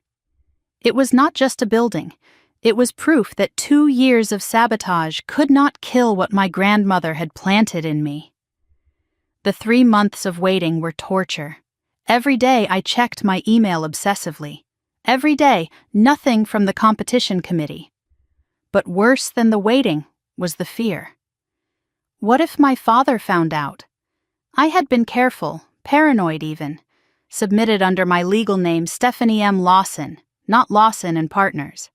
Used my personal email, not any account my father could access. Listed my address as a post office box, not my apartment. Never mentioned the competition to anyone. Not Elena, not old classmates, no one. I deleted my browser history after every research session. If my father searched for my name in connection with architecture, he would find nothing. But paranoia could not cover everything. July 2022. 2 months after submission. I was scrolling through Instagram during my break at Rosie's when I saw Olivia's latest post. Lawson and Partners summer party, champagne glasses and designer dresses, and my father's smile lighting up the frame. I almost scrolled past. Then I saw the caption. Exciting news coming soon. Big announcement about a major partnership. Dad has been working on something huge. Partnership with whom? What announcement? My mind raced. The competition winner would be announced publicly. Industry publications would cover it. If I won, if I even placed, my father would find out. And then what? That night, I could not sleep. I pulled out my laptop and searched National Architecture Innovation Award sponsors. The results made my stomach drop. The award was sponsored by Meridian Development Corporation, one of the largest development firms in America. And according to their website, they were currently evaluating potential partnerships for a major project called Harborview Tower, the same project Olivia had been hinting about. The worlds were colliding, and I was standing directly in the crossfire. August 2022, 3 weeks before the finalist announcement. I was deep cleaning my apartment, trying to distract myself from the waiting, when my phone buzzed. Architecture school group chat, mostly dormant since graduation. A former classmate had shared a link. Check out this new project from Lawson and Partners. Thoughts? I clicked, heart already sinking. Lawson and Partners website. Newly updated. Introducing our submission for the Hartford Civic Center redesign. Lead designer, Olivia Lawson. I scrolled through the renderings. Modern, elegant, ambitious, and horrifyingly familiar. The central atrium, the cascading light wells, the way public and private spaces interweaved. I had seen this design before. Not in Olivia's portfolio, not in any contemporary architecture journal. In my grandmother's attic, 15 years ago. This was one of Eleanor's unrealized concepts. A civic center she had designed in 1994, shelved when funding fell through. Olivia had not designed this. She had stolen it from a dead woman's archive. My hands shook as I scrolled through the comments. Stunning work. Olivia Lawson is the future of the firm. Like father, like daughter. No one knew, no one suspected. My father had built his career on Eleanor's stolen work. Now Olivia was doing the same. The Lawson legacy. 3 generations of theft disguised as talent. I wanted to scream, wanted to expose them, but I had no proof. The attic archive was in my father's possession now, probably destroyed. Or was it? The brass key, box 1247. Grandmother had said what was inside belonged to me. Maybe the proof I needed was waiting. Had been waiting for 15 years. I dug through my jewelry box until I found it. The small brass key, tarnished now but unmistakable. Hartford Savings Bank. Box 1247. I had been too scared to use it before, too unsure what I would find. But now, with Olivia parading our grandmother's stolen work, with my father's empire built on invisible theft, I needed to know. Tomorrow was Saturday, my day off. I would go to the bank, and whatever was in that box would change everything. Saturday morning, August 2022. I woke early, the brass key on my nightstand. Today I would go to the bank, finally open box 1247, finally discover what my grandmother had been protecting. I was making coffee when my phone buzzed. Email notification. My heart stopped. Subject line, National Architecture Innovation Award. Finalist notification. My hands trembled as I opened it. Dear Ms. Lawson, we are pleased to inform you that your submission, the Resilience Center, has been selected as one of 5 finalists for the 2022 National Architecture Innovation Award. I read it 3 times, then 3 more. Finalist. Out of hundreds of submissions. I was a finalist. The email continued. The final judging panel will include representatives from our sponsor, Meridian Development Corporation. The winner will be announced at a gala ceremony in New York City on October 15th. Meridian Development Corporation, the company evaluating partnerships for Harborview Tower, the company my father was trying to work with. I sat down heavily, coffee forgotten. I was a finalist. My secret project had made the final 5, but the announcement would be public. Industry publications would cover it. My father would find out. There was no avoiding it now. I looked at the brass key, still on my nightstand. 2 paths forward, 2 revelations waiting. Box 1247 and whatever grandmother had hidden there. And a gala in New York where everything I had built in secret would finally see light. I picked up the key, felt its weight in my palm. I had been hiding for 2 years, surviving, waiting. But hiding time was over. My grandmother had prepared something, a door my father could not lock. It was time to find out what was behind it. I grabbed my jacket, pocketed the key, headed for Hartford Savings Bank. Whatever I found there, I was done being invisible. Saturday morning, August 2022.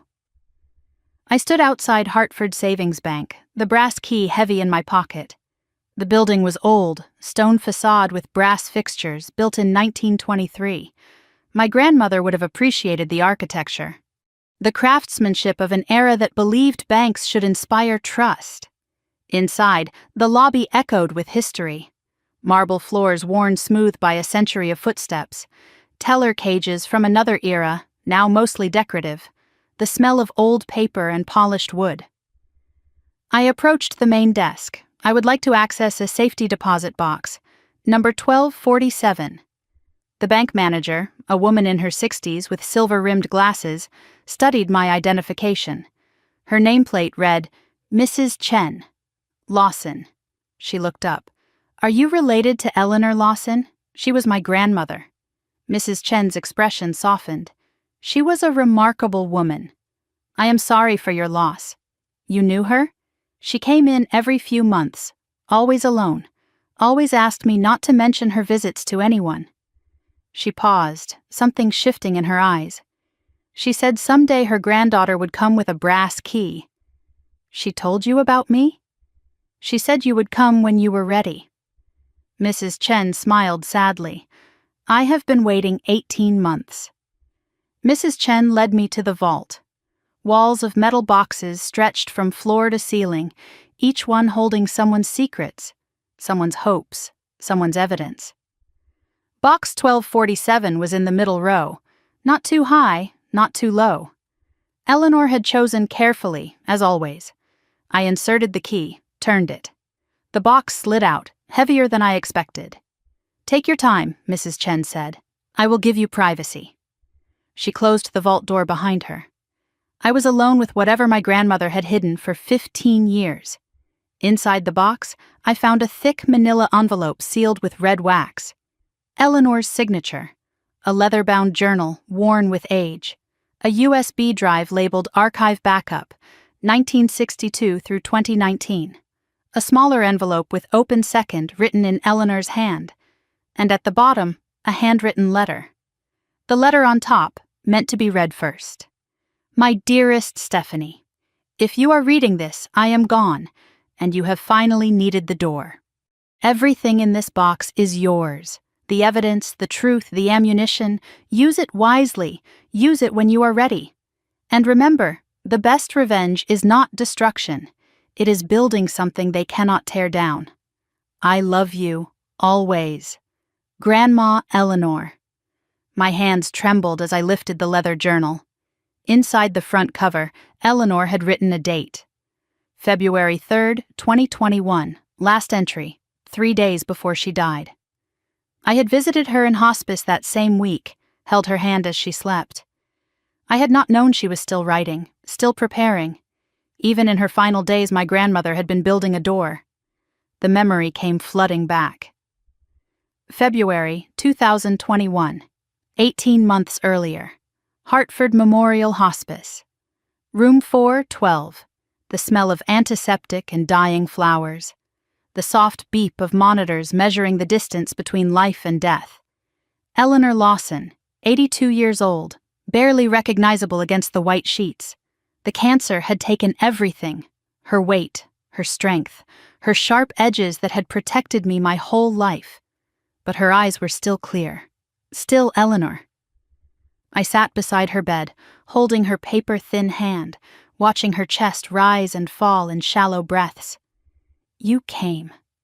Her voice was barely a whisper. Of course I came. I squeezed her hand gently. I come every day. Your father? He was here this morning, for 10 minutes. Her laugh was more cough than sound. 10 minutes, for his dying mother. Grandma, do not exhaust yourself. I am dying, sweetheart. Her eyes found mine with sudden intensity. I can say whatever I want. Her grip tightened, suddenly strong. Listen to me. I do not have much time. Grandma, your father will move fast after I am gone. He will take everything he can, the archives, the designs, the narrative. What do you mean? He has been waiting for me to die, waiting to rewrite history. I do not understand. Her eyes burned with the last of her fire. I have prepared, Stephanie. Everything I could not protect while alive, I have protected for after. The safety deposit box? That, and more. She coughed, a terrible rattling sound that shook her whole body. Robert Ashford, my lawyer. He has instructions. After the funeral, he will find you. What instructions? The door, sweetheart. The door I promised you. Her eyes were closing, the effort of speaking exhausting her. Grandma, please. Just rest. Promise me. Her voice was barely audible. Promise me you will not give up. No matter what he does, I promise. Promise me you will build something beautiful, something true. I promise, Grandma. I promise. She smiled, the real smile, the one I had known since childhood. That is my girl. Her eyes closed. 3 days later, she was gone. I was there when Eleanor took her last breath. The room was quiet. No machines. Just the soft beeping of the monitor slowing, then stopping. I had been alone with her. My father was in a meeting. My mother was indisposed. Olivia did not come at all. Eleanor Lawson, founder of an architectural dynasty, died with only her granddaughter at her side, and in her final moment she had squeezed my hand. One last time. One last message. Do not give up. February 8th, 2021. St. Michael's Episcopal Church, packed with Hartford's elite, politicians, developers, architects, everyone who was anyone. They came to mourn Eleanor Lawson, matriarch of the Lawson dynasty, or rather, they came to be seen mourning. I arrived early, took a seat in the 4th row, close enough to see, far enough to breathe. When my family arrived, they walked past me without acknowledgement. Father, mother, Olivia, straight to the front row, reserved seats, family only. I was not family anymore. Not in any way that mattered. My father took the podium. Impeccable black suit, practiced grief, calculated pauses. My mother was a remarkable woman. He surveyed the crowd, making sure everyone was paying attention. She supported this family, this firm, for over 60 years. Supported, not built, not created. Supported. She was there when I founded Lawson and Partners. She believed in my vision, his firm, his legacy. My nails dug into my palms. Everything we have accomplished we owe to her quiet strength, her steady presence. Quiet, steady, invisible. Richard Lawson was eulogizing his mother and erasing her at the same time. No mention of her designs, her innovations, her stolen brilliance, just support and presence and quiet strength. The same words he used to diminish me. Movement in the front row caught my eye.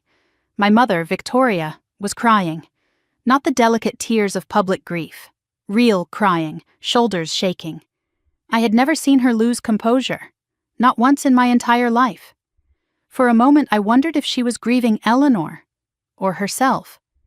Then my father reached over and gripped her arm. Firm, warning. Victoria's shoulders stilled. The crying stopped. She sat up straight, dabbed her eyes, became perfect again. I watched my mother disappear behind the mask and understood something terrible. Victoria Lawson was as trapped as she had ever been. After the burial, there was a reception at the Lawson mansion. Catered food, expensive wine, empty condolences. I stood in a corner, watching strangers praise my grandmother without knowing her. Without knowing anything true about the woman who had built the empire they were all admiring. No one spoke to me. No one acknowledged my presence. I was a ghost at my own grandmother's funeral. Across the room, I saw my father speaking with a man in a charcoal suit. Distinguished, silver-haired, watching the room with sharp eyes. As if sensing my gaze, the man looked directly at me, held eye contact for a long moment, then gave a small, deliberate nod before turning away. I did not know him, but he clearly knew me, and he was waiting for something. An hour into the reception, I could not take it anymore. I slipped outside to the garden, Eleanor's garden, now frozen in February cold. I stood among dormant roses, breathing steam, fighting tears. Ms. Lawson? I turned, the silver-haired man from inside. I am sorry to intrude. My name is Robert Ashford. I was your grandmother's attorney. She told me you would find me. She told me to find you. After the funeral, away from your father. Why? Robert glanced toward the house, making sure we were not observed. Because your grandmother spent the last 10 years preparing for this moment. Preparing what? An exit strategy. For you.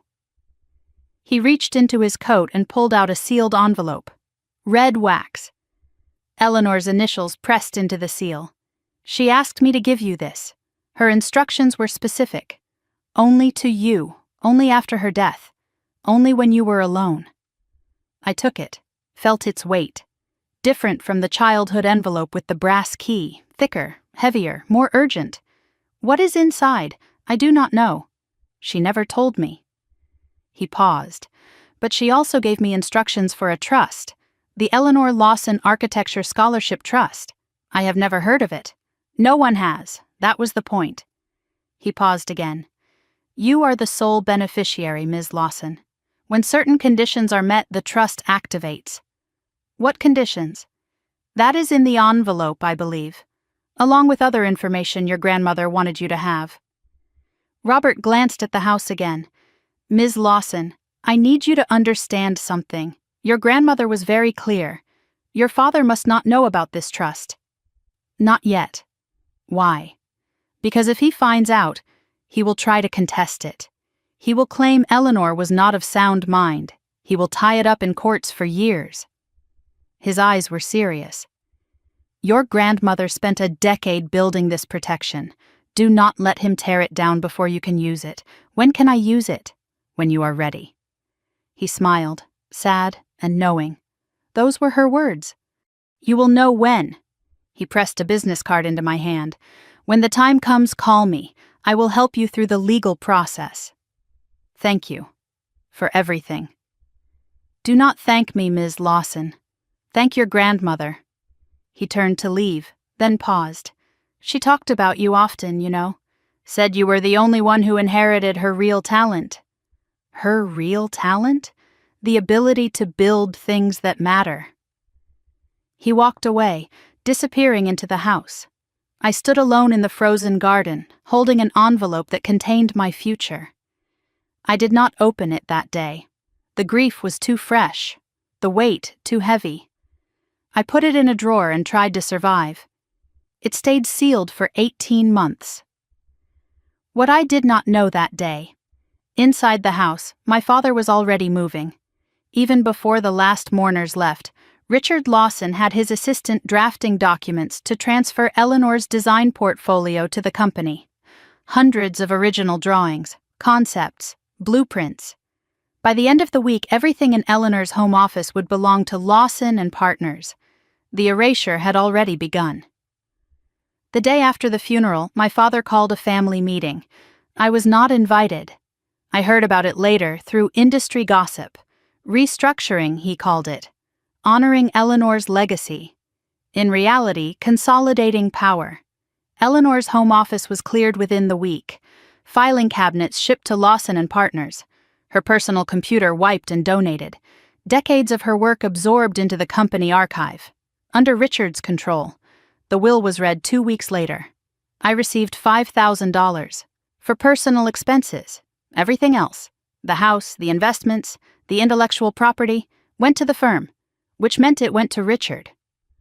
Olivia was named custodian of Eleanor's design portfolio. A 22-year-old with a state school degree now controlled the life's work of an architectural pioneer. I wanted to scream, wanted to contest, wanted to fight. But Robert's words echoed. Not yet. When you are ready. So I stayed silent, watched them pick my grandmother's legacy clean, and waited. For 18 months, Eleanor's envelope sat in my drawer. Some nights I would take it out, feel its weight, put it back. I was not ready. I was surviving. Barely. The diner, the double shifts, the secret designs. All of it was survival, not strategy. I needed a sign, a moment, something to tell me the time had come. And then, August 2022, I became a competition finalist and saw Olivia parading our grandmother's stolen work. And finally understood. Ready or not, the fight was here. I sat in the bank vault, surrounded by my grandmother's legacy. The journal, the USB drive, the sealed envelopes. And now, finally, understanding. Eleanor had spent decades preparing. Not just the trust, evidence, documentation, proof. The USB drive alone probably contained records of every design Richard had stolen. The journal recorded dates, meetings, conversations. This was not just protection. It was a case my grandmother had been building for 60 years. I picked up the envelope marked, "Open Second." This one was thinner, lighter. I broke the seal. Inside, a single sheet of paper and a photograph. The photograph showed Eleanor, young and radiant, standing in front of the Morrison Cultural Center on opening day, 1987. In her hands, the original blueprints. Her blueprints. The paper was a handwritten note. This is the truth they buried. This is who I was. Now show them who you are. I gathered everything from the box. The journal, the USB, the envelopes, the photograph. 60 years of hidden truth, waiting to be released. I thought of the competition, the finalist notification. I thought of Olivia's stolen designs, my father's empire built on theft. I thought of Catherine Monroe at Meridian, evaluating partnerships. All the pieces were aligning, all the doors were opening. But one envelope remained sealed. The one Robert Ashford had given me at the funeral. Open when you are ready to fly. I pulled it from my purse, felt its weight. 18 months of waiting, 18 months of survival. It was time. I gathered my grandmother's legacy and headed for my car. Whatever I found in that envelope, I was done being invisible. I sat in my car outside Hartford Savings Bank, engine off, windows up, the world muted. The contents of Box 1247 spread across my passenger seat. The journal, the USB drive, the photograph of my grandmother, young and radiant, holding the blueprints they stole from her. But in my hands, I held the envelope Robert Ashford had given me at the funeral. 18 months sealed, 18 months waiting, red wax, Eleanor's initials. The words written in her elegant script, "Open when you are ready to fly." My grandmother had known, had always known. I broke the seal. Inside was a thick stack of documents and a handwritten letter. I reached for the letter first. Eleanor's voice, one more time. "My dearest Stephanie, if you are reading this, two things have happened. I am gone, and you have reached a moment where you need more than hope. You need a weapon." My hands trembled. Everything I could not give you while alive, the protection, the resources, the truth, I have put into this package. Read carefully, act wisely, and remember, the best revenge is not destruction. It is becoming everything they said you could not be. I set the letter aside and pulled out the legal documents. The Eleanor Lawson Architecture Scholarship Trust, established March 2015, 7 years ago. Funded by royalties from Eleanor's design patents. Designs the firm never credited to her. Designs she had quietly registered under her own name, collecting payments Richard never knew existed. Current value, $2.8 million. Sole beneficiary, Stephanie Marie Lawson. I read the number 3 times. $2.8 million. My grandmother had been secretly collecting royalties for decades, building a war chest while my father built his empire on her invisible labor. But there was a catch. There was always a catch with Eleanor. She never gave gifts. She gave opportunities. Activation conditions. The trust shall become accessible to the beneficiary upon verification of one of the following. Condition A. Employment at a nationally recognized architecture firm not affiliated with Lawson and Partners. Condition B. Receipt of a major architecture award or recognition. Condition C. Admission to an accredited graduate architecture program. Eleanor had been specific. I could not just inherit the money. I had to earn it, had to prove myself, on my own terms. And the competition finalist notification sitting in my email? That was Condition B, waiting to be fulfilled. At the bottom of the trust document, a handwritten note in Eleanor's script. "I did not want to just give you money, sweetheart. I wanted to give you proof that you could succeed without them. When you meet these conditions, you will know it is real. Not luck, not charity. You." I wiped my eyes. Even from the grave, my grandmother was teaching me. I flipped to the next section of documents. Strategic Partnership Agreement, Eleanor Lawson Architecture Scholarship Trust and Meridian Development Corporation. My breath caught. Meridian, the company sponsoring the National Architecture Innovation Award, the company evaluating partnerships for Harborview Tower, the company my father was trying to work with. The documents told a story I had never known. 1982. Eleanor Lawson mentored a young architecture student named Catherine Chen. Brilliant, driven, overlooked, just like Eleanor had been 40 years earlier. Eleanor championed her, recommended her for positions, helped her land her first job when no one else would take a chance on a young Asian woman in a field dominated by old white men. They stayed in touch for 40 years. Christmas cards, phone calls, occasional lunches when Catherine passed through Hartford. Catherine Chen became Catherine Monroe through marriage in 1991, rose through the ranks of development and design, founded Meridian Development Corporation in 2003, built it into one of the largest development firms in America, and never forgot the woman who believed in her first. 2019. Eleanor, knowing she was dying, reached out to Catherine one final time. They made an arrangement. Eleanor's trust would fund a scholarship for women in architecture, administered through Meridian's foundation. And if Eleanor's granddaughter ever applied to Meridian, for a job, for an award, for anything, Catherine would personally review her case. Not to give her special treatment, Eleanor had written in a memo, but to ensure she gets a fair chance. Something my son will never allow. I sat back in the driver's seat, documents swimming before my eyes. My grandmother had not just saved money. She had built a network, a safety net I never knew existed. Catherine Monroe was not just the CEO of Meridian. She was Eleanor's protégé, her contingency plan, her final gift. The competition was not random luck. It was a door Eleanor had been building for years.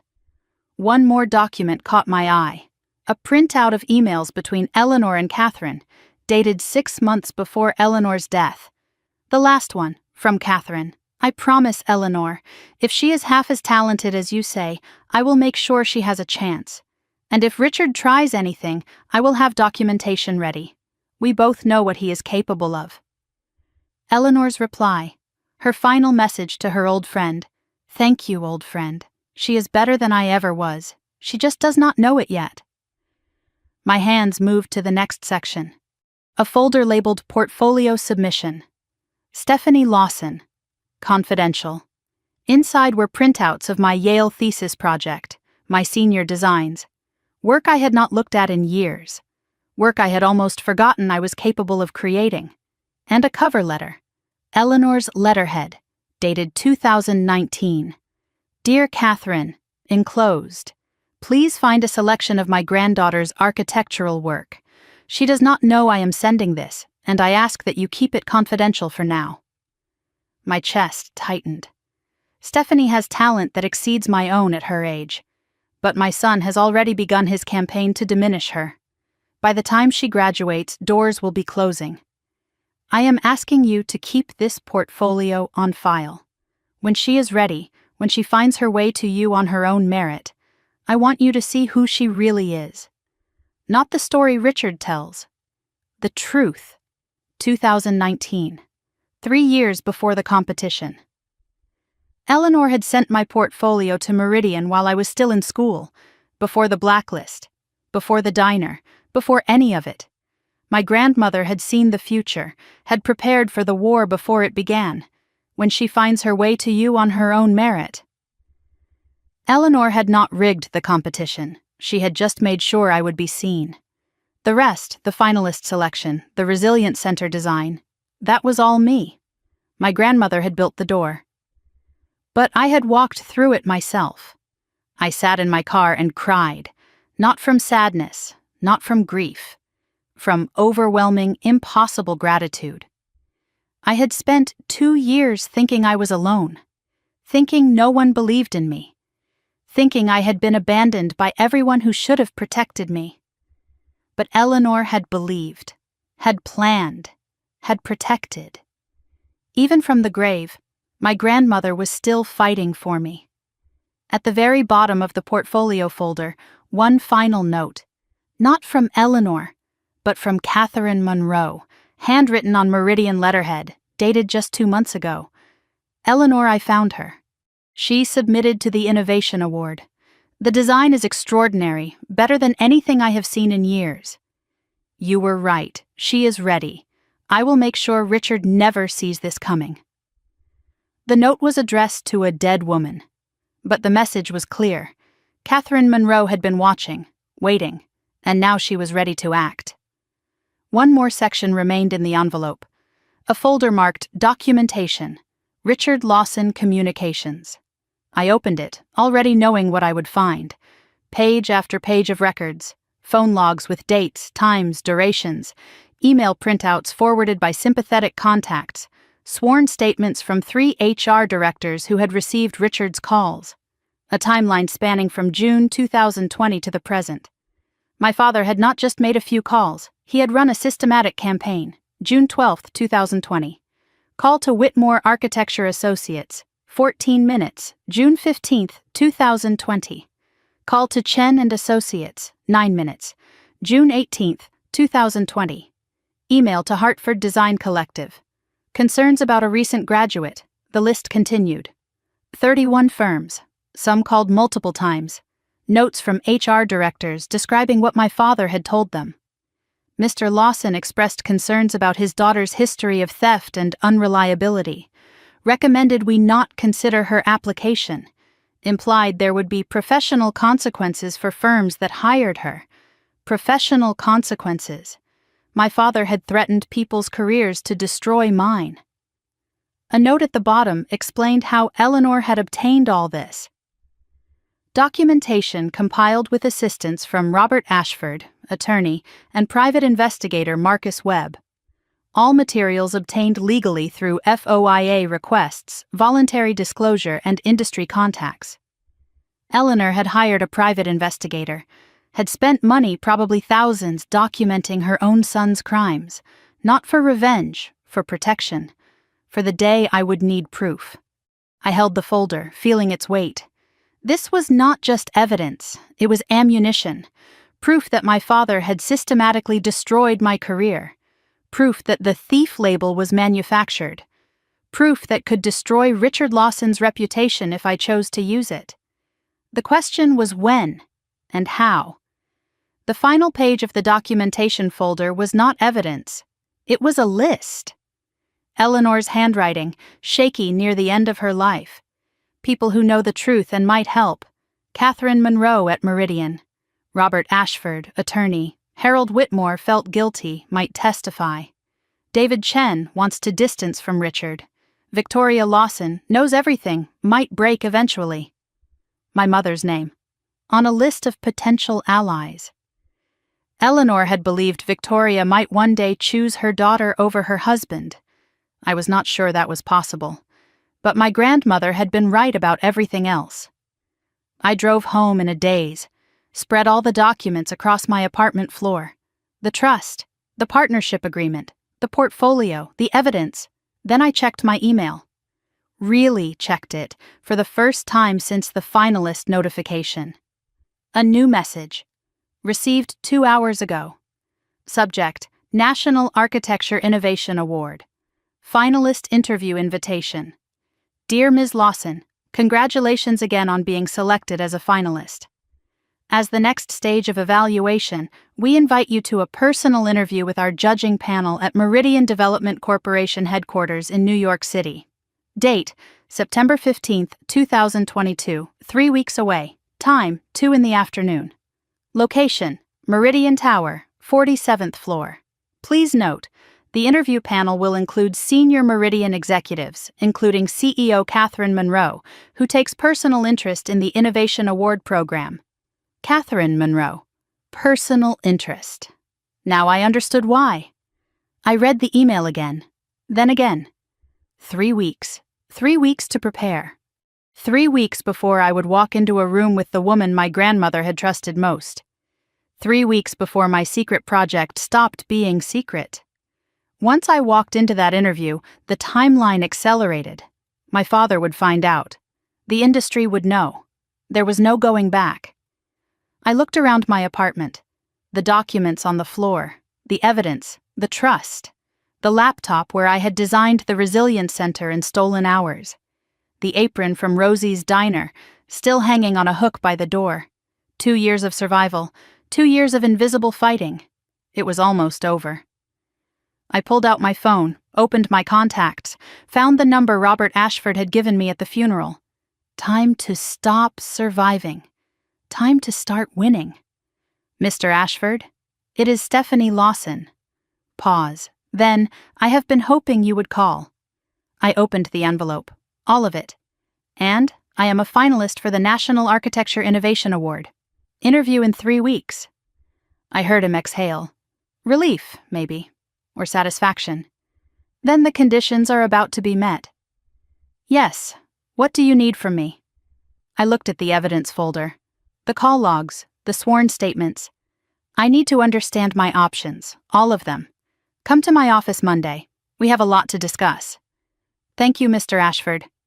Thank your grandmother. This was always her plan. I hung up, heart pounding. 3 weeks until the interview. 3 weeks until everything changed. But first I had to do something I had been avoiding.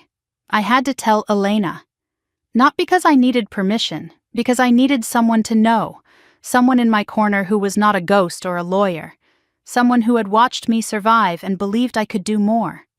Tomorrow morning, before my shift, I would tell Elena everything, and then I would start preparing for the fight of my life. I gathered the documents from the floor, organized them into folders, stored them somewhere safe. My grandmother had spent 60 years building this case, collecting evidence, preparing weapons, waiting for the right moment. She could not have known exactly how things would unfold, could not have predicted the specific cruelties my father would deploy, or the exact moment I would reach my breaking point. But she had known the shape of it.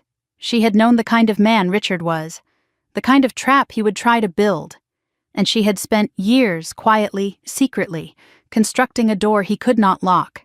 That was love, not words, not promises, action. I looked at the finalist notification on my phone. At the interview date circled in my mind, September 15th, the beginning of the end, or the end of the beginning. Either way, I was done hiding. September 15th, 2022, 11:47 in the morning. The Metro North train from Hartford to Grand Central Terminal. I sat by the window, watching Connecticut blur into New York, my portfolio case on my lap containing everything I had built in secret for 2 years. I was wearing my best blazer, navy blue, secondhand from a consignment shop on Franklin Avenue. I had tailored it myself, taking in the seams until it fit like it was made for me. Professional, polished, a costume for the woman I was trying to become. 3 weeks of preparation compressed into this moment. I had practiced my presentation 47 times, could deliver it in my sleep, knew every angle of the Resilient Center design, every budget projection, every structural calculation.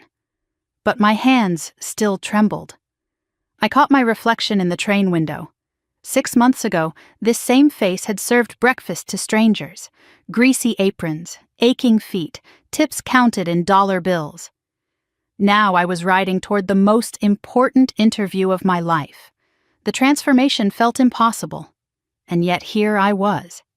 Elena's words echoed in my mind. I had told her everything 2 weeks ago, the competition, the trust, the grandmother's preparations, all of it. She had listened without interrupting, her expression shifting from surprise to understanding to something that looked like pride. When I finished, she hugged me tight.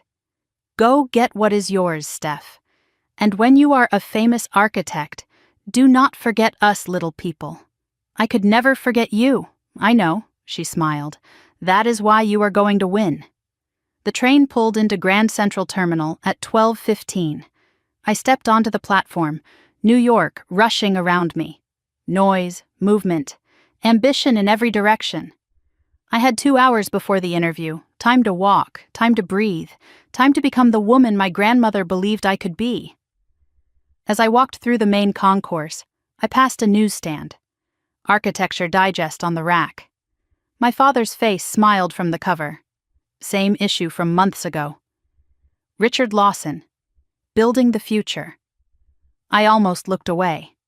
Then I noticed the smaller headline beneath. Lawson and partners among finalists for Meridian Harborview Tower project. My father was competing for a partnership with Meridian, the same company about to interview me. The collision course was accelerating. Meridian Tower rose 52 stories above Midtown Manhattan, glass and steel and ambition made physical. I stood on the sidewalk looking up until my neck ached. The building was a statement, bold lines, innovative angles, sustainable design that did not sacrifice beauty for function. This was what architecture could be, what I wanted to create, what my grandmother had spent her life building, even when no one knew her name. A security guard held the lobby door. Welcome to Meridian, ma'am. Ma'am, not honey or sweetheart or waitress. Small dignity, but it mattered. Inside, the atrium soared 5 stories high. Natural light cascaded from skylights, warming the marble floors. A wall of awards and accolades. Magazine covers, project photographs. Meridian had built hospitals in Singapore, cultural centers in Dubai, affordable housing in Detroit. They did not just build for profit, they built with purpose. No wonder my grandmother had trusted Catherine Monroe. The elevator rose, Manhattan shrinking below. My ears popped, my stomach fluttered. 30 seconds to compose myself. 30 seconds to remember who I was and why I was here. The doors opened on the 47th floor. A receptionist smiled. "Ms. Lawson, they are expecting you." The executive waiting area was everything my apartment was not. Leather chairs that probably cost more than my car. Fresh flowers in crystal vases. Art on the walls that belonged in museums. 4 other candidates already waited. 3 men in expensive suits, checking phones, radiating confidence. 1 woman with a Yale architecture tote bag, studying her notes with the intensity of someone who had something to prove. They glanced at me, assessed my consignment shop blazer, looked away. I did not belong here, not in their eyes. But I had learned something in 2 years of waiting tables.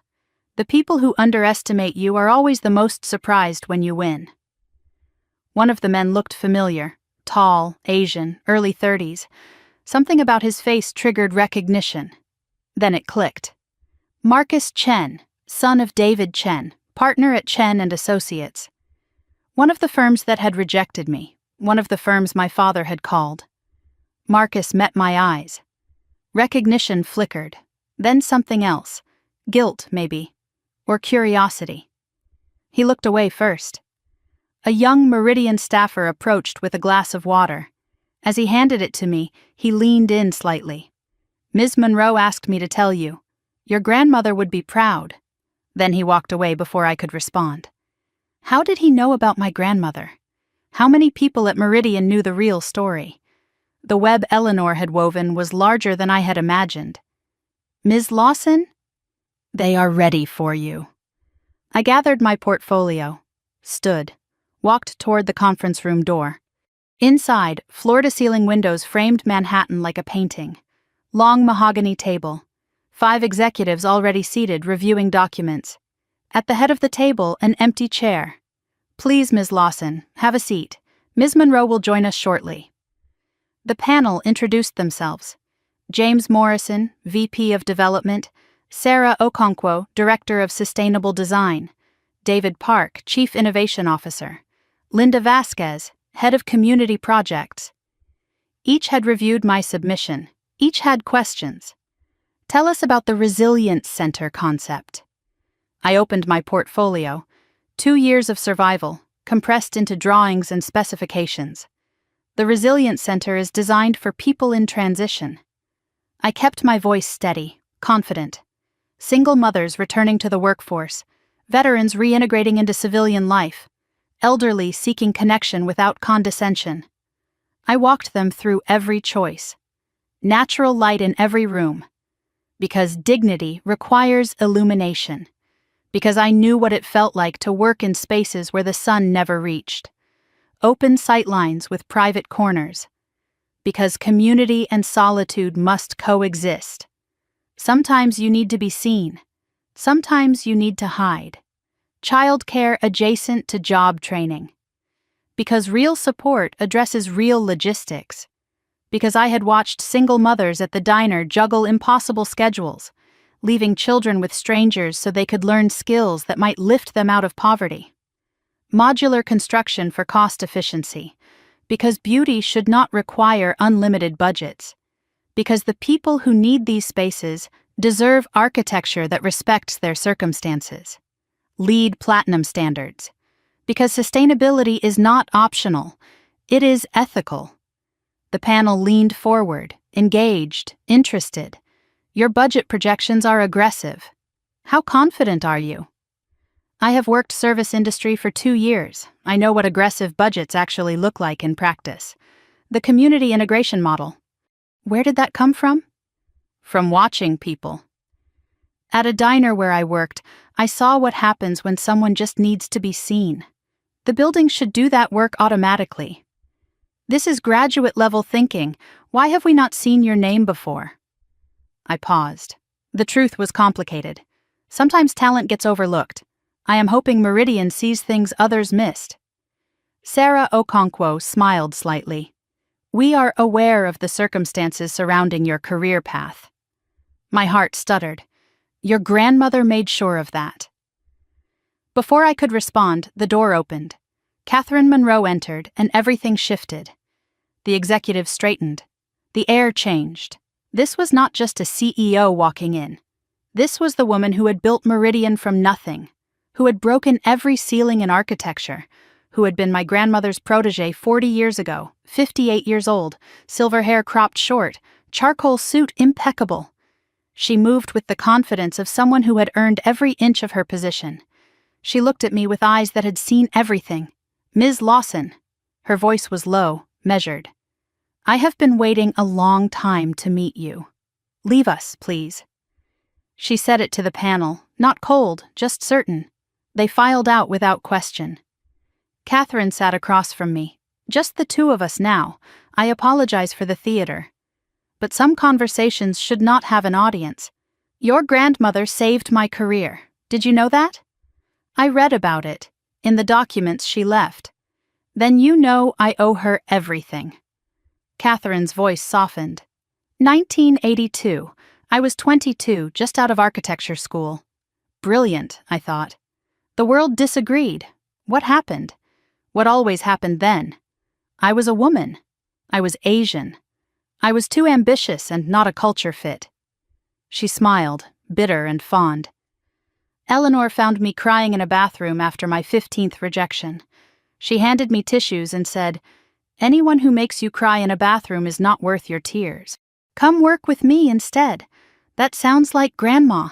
She taught me everything, not just design. How to survive. How to build when everyone wants you to fail." Catherine reached into her briefcase and pulled out a folder. "She sent me your work years ago, before your father's campaign, before any of this. I had seen this in the documents, but hearing it from Catherine made it real. She believed in you absolutely.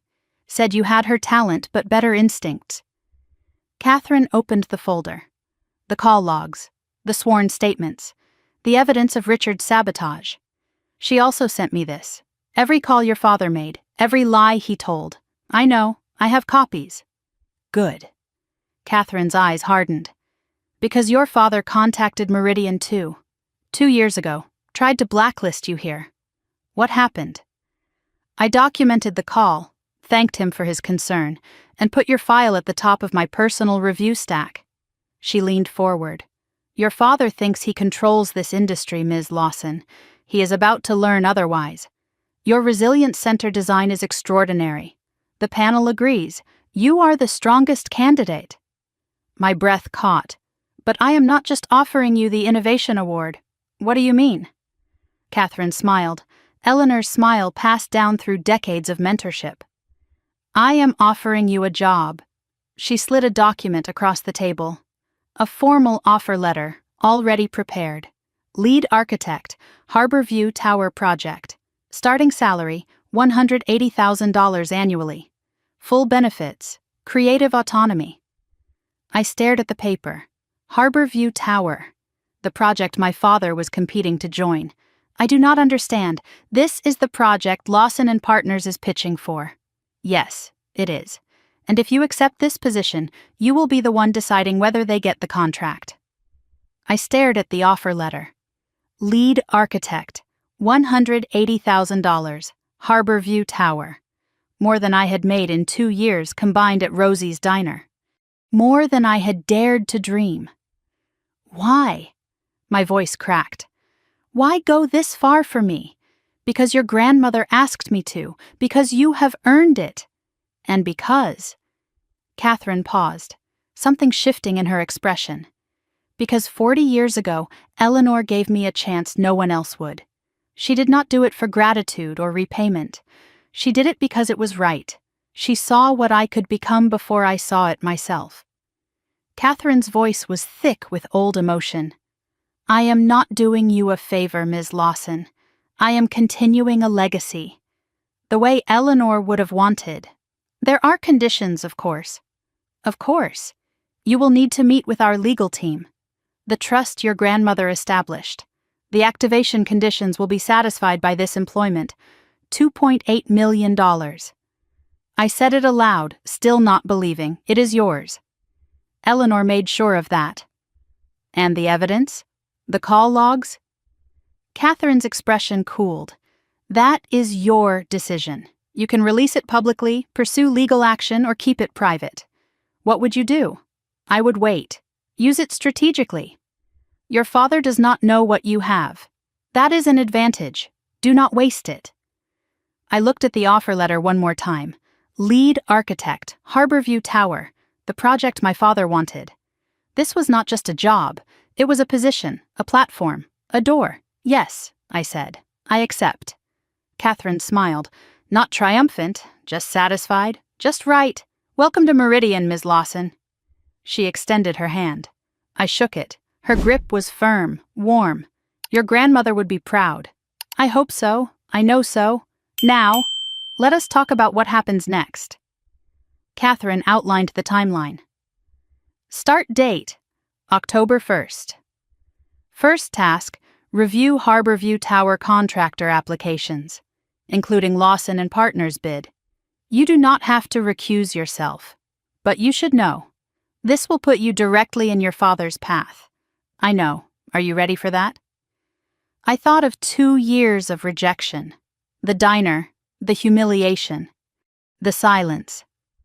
I have been ready my whole life. I left Meridian Tower at 4:47 in the afternoon. The sun was setting over Manhattan, painting the skyline gold. In my bag, a signed offer letter, a copy of the trust activation documents, the phone number of Meridian's legal team. In my heart, something I had not felt in years.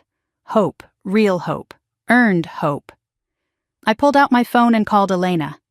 How did it go? I laughed, actually laughed for the first time in months. I got the job. I am going to be an architect. Elena's scream of joy was audible across the street. I knew it. I knew it. I wiped my eyes, smiling. There is more. I will explain everything. But Elena, thank you for believing in me when I could not. Always, honey, always.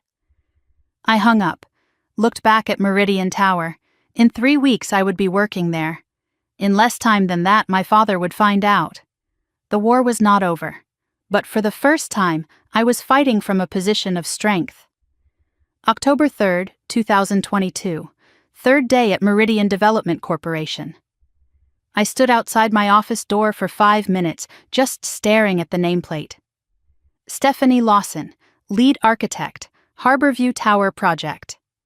My name, on a door, in a real architecture firm. 2 years of serving breakfast, and now this. The office was small but mine. 14th floor, corner window with a view of the East River, a desk covered with blueprints, contractor bids, feasibility studies. Real work. Architecture work. The kind of work I had trained 6 years for and spent 2 years dreaming about. Harborview Tower was massive. 42 stories of mixed-use development in Lower Manhattan.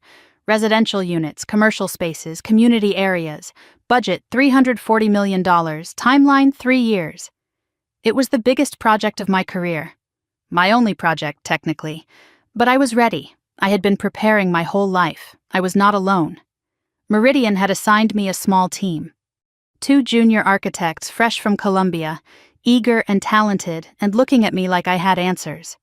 A project coordinator named Diane, who had been with Meridian for 15 years and knew where all the bodies were buried. And a senior consultant who made my stomach clench every time I saw him. Marcus Chen. The same Marcus Chen from the waiting room. David Chen's son.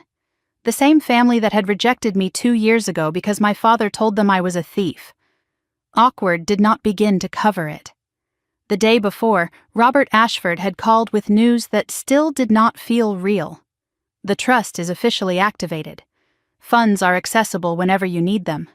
$2.8 million. In my name. Untouchable by my father. I had not touched it yet. Did not know how to think about money like that. But knowing it was there changed everything. I was not desperate anymore. I had options. Options my father did not know about. That morning, I reviewed the list of contractor applications for Harborview Tower. 17 firms competing for subcontractor positions, structural engineering, electrical, plumbing, HVAC, all the pieces that would turn my designs into reality. And there, on page 12, Lawson and Partners Architecture.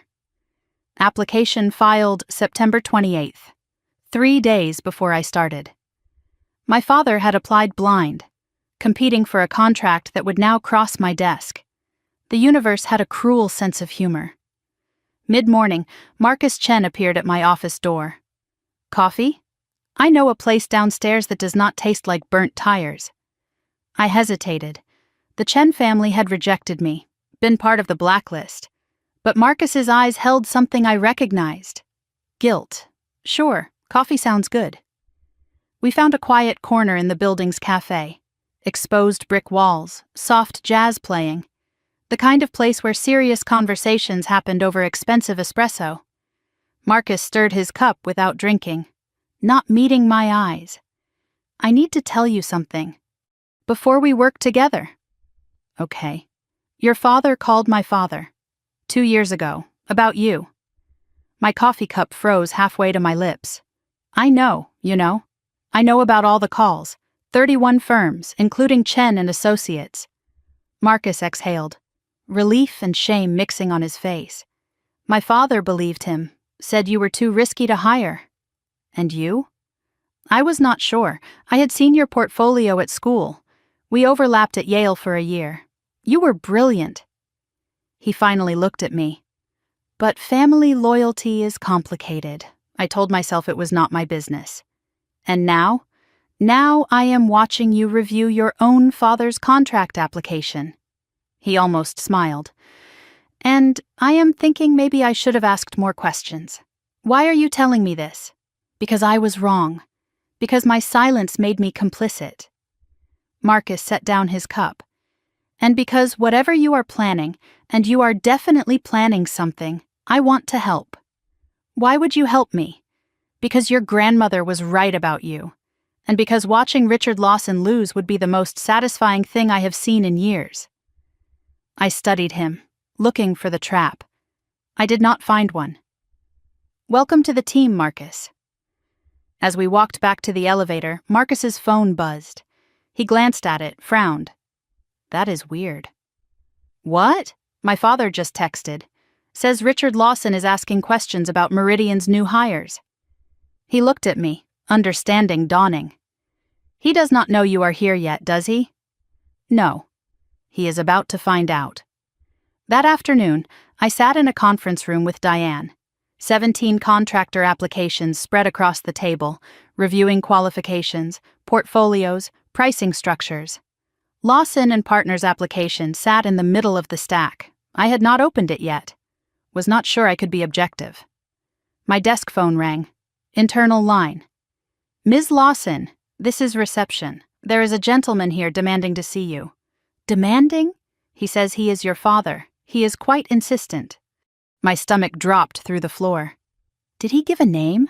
Richard Lawson, from Lawson and Partners. The collision had arrived. Diane looked up from the applications. Everything okay? My father is in the lobby. Your father? Her eyes widened. Richard Lawson is your father? It is complicated. Should I call security? I considered it. The easy path. Have him escorted out. Avoid the confrontation for another day. But that would only delay the inevitable. And I was done hiding. Number 1, I will see him.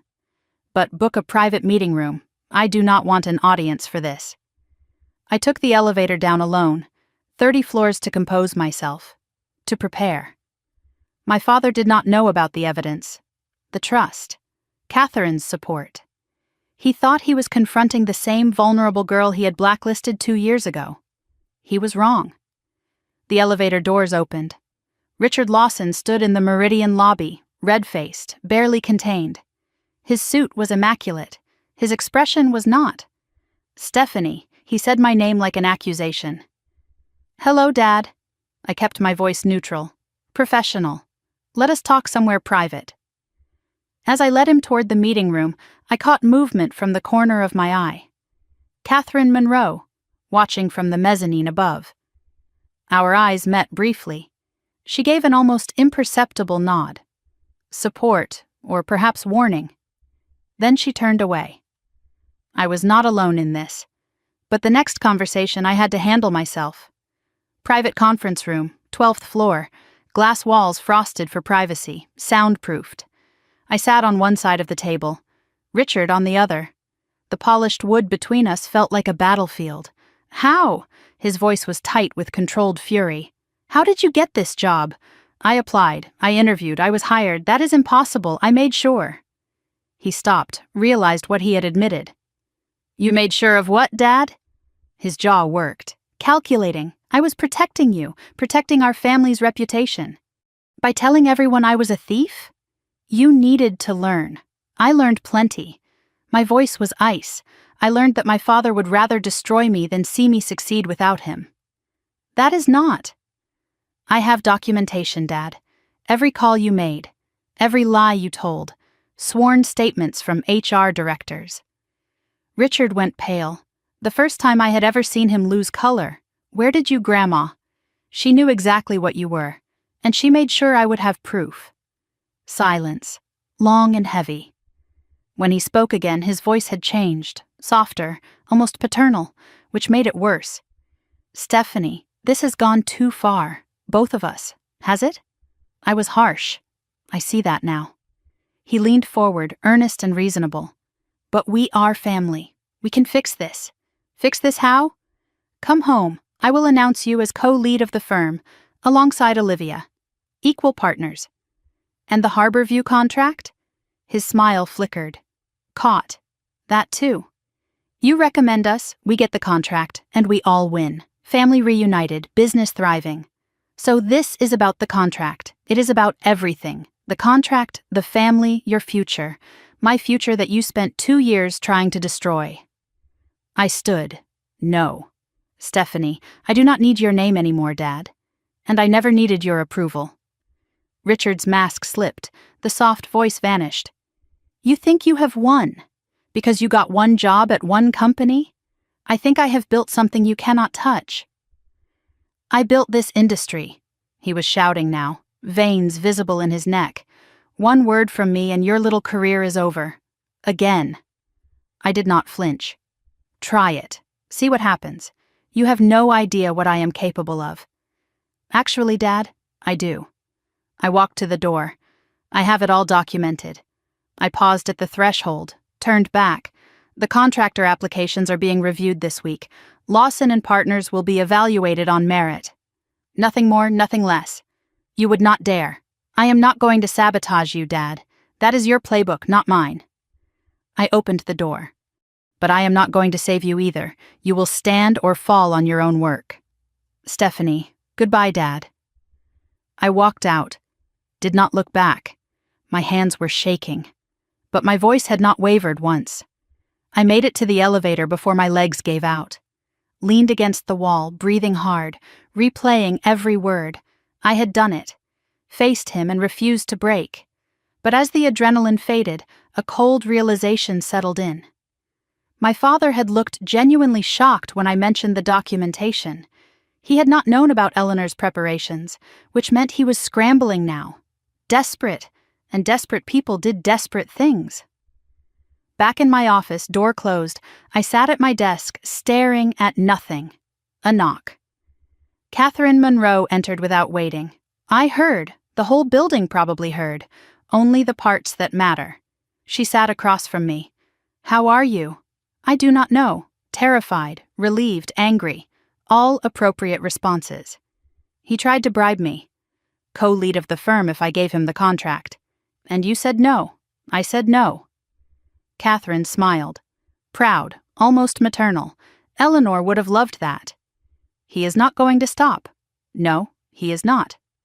What do I do? You do your job. You evaluate contractors fairly. You build something extraordinary. Catherine stood, moved to the door. And you let me handle Richard. What are you going to do? Nothing yet. But if he tries anything. Her eyes hardened. Meridian has resources he cannot imagine. And I have been waiting 40 years to repay your grandmother's kindness. This feels like war. It has been war for a long time, Stephanie. You are just finally fighting back." After Catherine left, I checked my phone. A new email. From an address I did not recognize. Subject line: "We need to talk. Alone." The message was brief. "Steph, I know we have not spoken in years. And I know you have no reason to trust me, but there are things happening you do not know about. Things about Dad. I cannot say more in writing. Meet me tomorrow, just us. Please, it is important. Signed with a single letter. O. Olivia." My sister had never reached out. Had always been our father's loyal soldier. The golden child. The favorite. What had changed? Another knock. Marcus looking worried. Something is happening. What now? Lawson and Partners just filed an urgent meeting request with Meridian's board of directors. A board meeting? Emergency session, tomorrow afternoon. He checked his phone. The request is citing concerns about conflicts of interest in the Harborview Tower evaluation process. He is trying to get me removed. He is trying to discredit you before you can review his application. I looked at Olivia's email, then at Marcus. He is not the only one with moves to make. I sat in my office as the sun set over Manhattan, 2 paths forward, 2 potential allies, 2 impossible choices. Olivia's email glowed on my screen. There are things happening you do not know about. My father's board meeting loomed. Conflicts of interest. I thought about Eleanor's evidence folder, the call logs, the sworn statements. I had promised Catherine I would wait. Use it strategically. But my father was forcing my hand, accelerating the timeline. If he went to the board tomorrow, I would have to respond. And that response would change everything. I picked up my phone, typed a reply to Olivia. "Tomorrow, 7 in the evening, Rosie's Diner, Hartford. Just us. If Olivia had information, I needed it before the board meeting. If it was a trap, at least I would know where I stood." I hit send. Then I opened the evidence folder and started preparing for war. October 4th, 2022, 6:47 in the evening. Rosie's Diner, Hartford. I sat in the back booth, nursing cold coffee, watching the door. Elena had given me the night off without asking questions, just squeezed my hand and said, "Be careful." The bell over the door chimed. Olivia walked in. I almost did not recognize my sister. Gone was the polished golden child from Instagram, the designer clothes and perfect makeup and confident smile that had haunted me for years. Olivia looked exhausted. Dark circles under her eyes, hair pulled back carelessly, shoulders hunched like she was carrying something heavy. She spotted me, hesitated, then walked over and slid into the booth across from me. "Thank you for meeting me." I almost did not, I know. Her voice cracked. "I would not have blamed you." We sat in silence for a moment, 2 sisters who had not really talked in years, separated by favoritism and manipulation and a father who had turned us into rivals instead of allies. "Why are you here, Olivia? What could you not say in writing?" Olivia looked around the diner, making sure no one was listening. Her hands trembled around her coffee cup. "Dad has been using me, for years. Everything I have been credited for, every design, every project, every award, it is not mine." My coffee cup froze halfway to my lips. "What do you mean, not yours? I mean, I did not design any of it." Olivia's eyes filled with tears. He took Grandma's archive after she died. Her unrealized concepts, her shelved projects. He has been giving them to me, telling me to present them as my own. The Hartford Civic Center submission. Grandma's design from 1994. I found the original in the archive. He told me to update the renderings and put my name on it. "And you did it?" Olivia's face crumpled. I did not know how to say no. "You did not know how to say no?" "Olivia, you have been parading stolen work for years. You think I wanted this?" Her voice rose, then dropped. "You got to leave, Steph. You got to walk away. I never had that option. You had every option. You were the favorite. The favorite." Olivia laughed bitterly. "Do you know what that means? It means every moment of my life has been managed, controlled, scripted." She leaned forward, eyes burning with something I had never seen from her before. Desperation. Dad chose my major. Dad chose my career. Dad chose which projects I would design. He even chose who I was supposed to marry before I broke it off. Preston Hartwell. You knew about that? I know about a lot of things now. Silence stretched between us. I studied my sister's face, looking for the trap, looking for the manipulation. All I saw was exhaustion, and something that looked like relief. Olivia reached into her bag and pulled out a thick folder. I have been collecting this for months, since I realized what he was doing. She slid it across the table. Inside, side-by-side comparisons. Eleanor's original blueprints dated 1970s through 1990s. Lawson and Partners' new designs from 2020 through 2022. Identical. Line for line. He has been stealing from Grandma since before we were born. Olivia's voice was hollow. And he is still doing it. Why are you giving this to me? Because I am tired, Steph. Her voice broke. I am tired of being his puppet, his trophy, his lie. What do you want me to do with it? Olivia met my eyes. The first honest eye contact we had shared in years. I want you to end it. As I flipped through the evidence, one document caught my attention. A formal cease and desist letter, never sent. Dated 2018, from Eleanor's lawyer Robert Ashford, threatening legal action against Lawson and Partners for unauthorized use of proprietary designs. Eleanor had known, had prepared to fight, and then died before she could act. The question was, who had stopped her? I set down the folder. Why did you not tell me before? Any of this? Because I was scared, because I believed him when he said you were the problem. Olivia wiped her eyes. He told me you were jealous, unstable, that the thief story was true, and you believed him.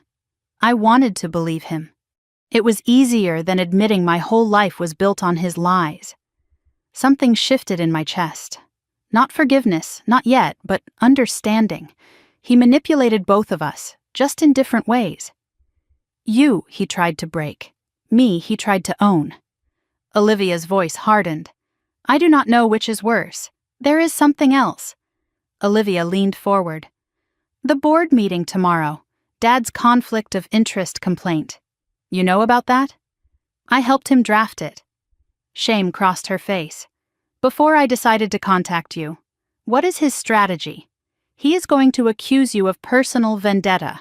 Say you cannot be objective because of family estrangement. He wants you removed from Harborview entirely. And if that does not work, he will claim Meridian is biased. Try to tank the whole partnership. I processed this. My father would rather destroy everything than lose control. There is one thing he does not know, Olivia said quietly. What? Mom is going to be there. Mom, why would Mom be at a Meridian board meeting? Because I told her everything. Last night. I stared at my sister. You told Mom about the stolen designs? I told her everything. About Grandma's archive. About what Dad did to you. About what he has been doing to me. And? Olivia's eyes glistened. She cried for 3 hours. Then she said something I have never heard her say before. What? It is time this family told the truth. I did not know what to make of this. Victoria had been silent her entire life, complicit through passivity. Why would she speak now, unless Eleanor had planted something else, a contingency even I did not know about? Olivia, did Grandma ever give Mom anything? Documents? Instructions? Olivia nodded slowly. A sealed envelope. Mom has had it for 3 years. She never told Dad it existed. October 5th, 2022, 2 in the afternoon. Meridian Tower, 50th floor. The boardroom was everything a boardroom should be. Mahogany table for 20. Windows overlooking Manhattan. Gravity in every inch of air. I sat beside Catherine Monroe, Marcus Chen on my other side, quiet support. Across the table, Richard Lawson, flanked by 2 corporate lawyers in identical gray suits. And in the corner, almost invisible, Victoria Lawson, my mother, present for the first time in my memory. The Meridian Board consisted of 7 members, all watching with carefully neutral expressions. Chairman Harold Webb, 68 years old, had built his career on reading rooms. He had known Eleanor, I had learned, respected her. This emergency session was requested by Lawson and Partners regarding concerns about the Harborview Tower evaluation process. Webb's voice was measured. "Mr. Lawson, you have the floor." Richard stood, smoothing his tie. In his element. "Thank you, Chairman Webb. I appreciate the board's time." My father surveyed the room, confident, commanding, the performance of a lifetime. "My concern is simple. Meridian has assigned my daughter, Stephanie Lawson, to evaluate contractor applications for Harborview Tower, including my firm's application, murmurs around the table. This represents a clear conflict of interest. Ms. Lawson and I have a complicated family history, personal grievances that could compromise her objectivity." He spread his hands. "Reasonable, paternal. I am not asking for special treatment. I am asking for fairness. A neutral evaluator. That is all." Chairman Webb turned to Catherine. "Ms. Monroe?" Response? Catherine's expression did not flicker. "We anticipated this concern, Chairman, which is why we have prepared a presentation addressing Mr. Lawson's history with our organization." Richard's smile faltered. "Just slightly. I am sorry. What history?" Catherine pressed a button. The boardroom screen illuminated. The first slide appeared. Documentation of professional misconduct. Richard Lawson. Richard went pale. "What is this?" "This, Mr. Lawson, is why your daughter is not the one with the conflict of interest." Catherine's voice was ice. "You are." The screen showed side-by-side comparisons. Left, Eleanor Lawson's original blueprints, dated 1970s through 1990s. Right, Lawson and Partners' new designs, dated 2020 through 2022. Identical. These are designs created by Eleanor Lawson over a 40-year career. Catherine's voice carried through the silent room. "And these are designs Lawson and Partners has presented as original work, submitted by Olivia Lawson and credited to the firm." The boardroom was absolutely still. Eleanor Lawson was my mentor. She documented everything, including the systematic theft of her intellectual property by her own son. Catherine clicked to the next slide. Phone records, dates, times, names. Additionally, we have documentation of 31 phone calls made by Richard Lawson to architecture firms across New England. Each call contained false statements about his daughter Stephanie, calling her a thief, unreliable, a family disgrace. She looked directly at Richard. This was not a complicated family history. This was a coordinated campaign to destroy a competitor's career, because she refused to be controlled. Richard's face had gone from pale to purple. "This is slander. This is, you cannot. We have sworn statements from 3 HR directors. We have email records. We have everything, Mr. Lawson." Richard slammed his hand on the table. "That old woman was stealing from me. I built that company. I built that legacy. Everything she had, I gave her." The room went dead silent. She was my assistant, my helper. She did not create anything. He caught himself. Too late. The board members' faces had shifted from neutral to horrified. He had just admitted it. Publicly. On record. "Your assistant?" Catherine's voice was quiet. Deadly. Eleanor Lawson founded that company in 1962. She designed the Morrison Cultural Center, the Hartford Civic Complex, the Riverside Museum. Every landmark building your firm is known for. She created. That is a lie. It is documented, Mr. Lawson. Every blueprint, every concept, every line of work your career is built on. It was hers. Richard turned to me, wild-eyed. "This is your doing. You and your grandmother, conspiring against me." "Grandma died 2 years ago, Dad." My voice was steady. "She is not conspiring. She is just finally being heard." Richard turned to his lawyers, desperate. "Say something. This is defamation. We will sue." One of the lawyers leaned away, visibly distancing himself. "Mr. Lawson, I would advise against further statements." The other was already gathering his papers. Richard Lawson, for the first time in his life, was completely alone. In the chaos, no one noticed Victoria stand. Until she spoke. "That is enough, Richard." The room went silent. Richard spun toward his wife. "Victoria, sit down." "No." Her voice was quiet but unshakable. "I have been sitting down for 30 years. I am done." She walked forward, past the lawyers, past the board members, until she stood in the center of the room. I had never seen my mother like this. Spine straight, eyes clear, present. Everything Catherine Monroe said is true. I have known for decades. Victoria's voice cracked but held. I watched Eleanor design buildings that Richard took credit for. I watched him erase her from her own legacy. I watched him do the same thing to our daughter. She looked at me, tears streaming down her face. I was too afraid to stop it. I told myself it was not my place. I told myself the girls would be fine. "Victoria." Richard's voice was warning, threatening. I was wrong. She turned back to him. "I was a coward, and I am done." Victoria reached into her purse, pulled out a sealed envelope. Red wax, Eleanor's initials. "Eleanor gave this to me 3 years ago. Made me promise to use it when the truth needed protection." She broke the seal. Inside, a single document.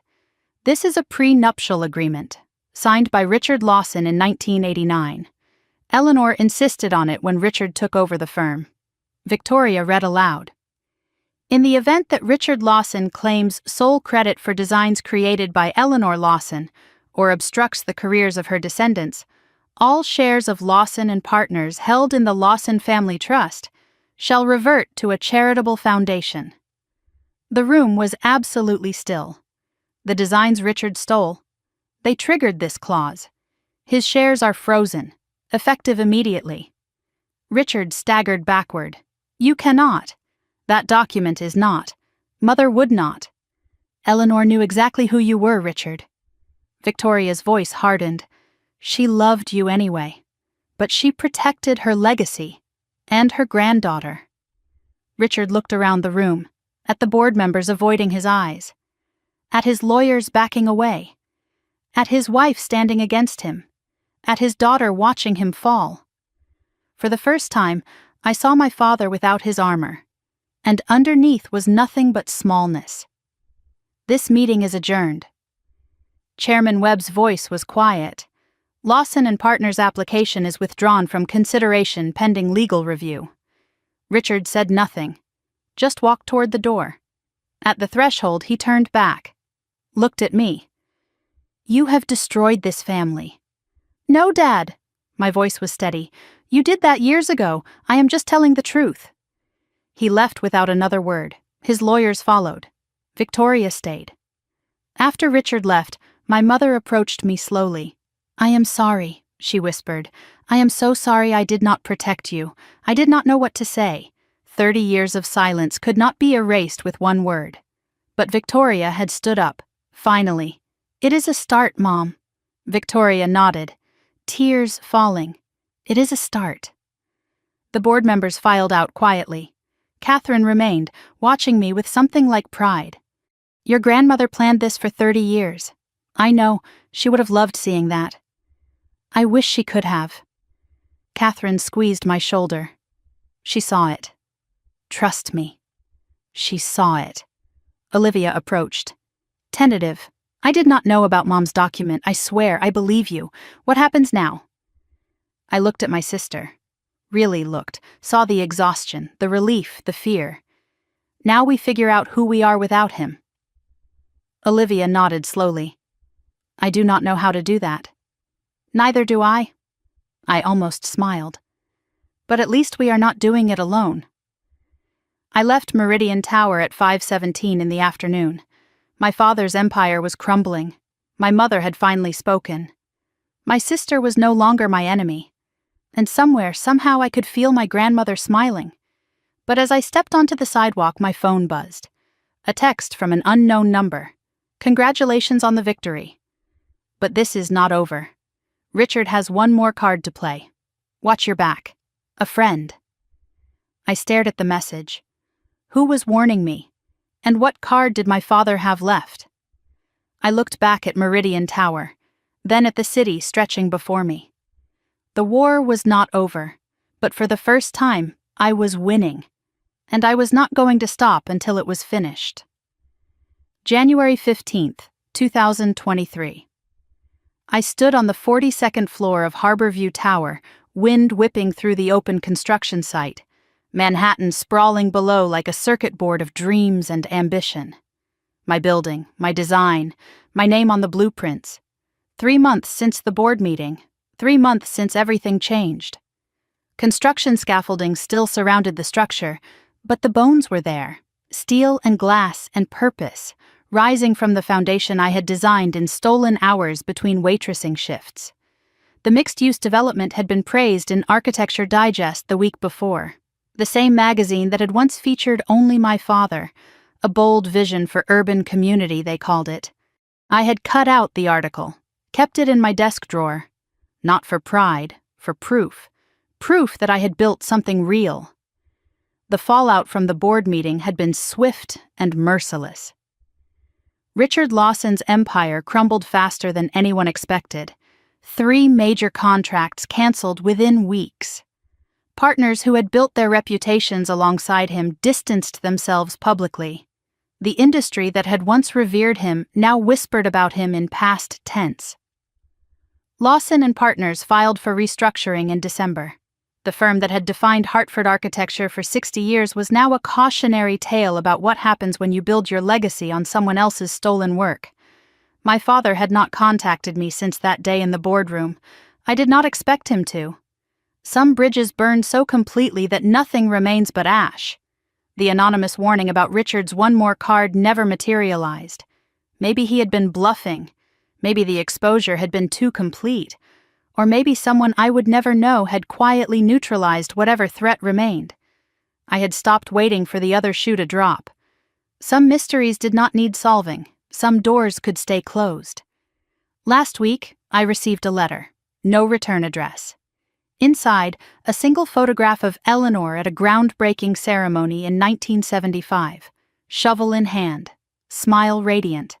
The kind of smile that belonged to someone who knew they were building something that mattered. On the back, handwritten words I did not recognize. She would have been so proud. Thank you for finishing what she started. Eleanor's allies were still out there, still watching, still protecting her legacy. Victoria Lawson filed for divorce in November.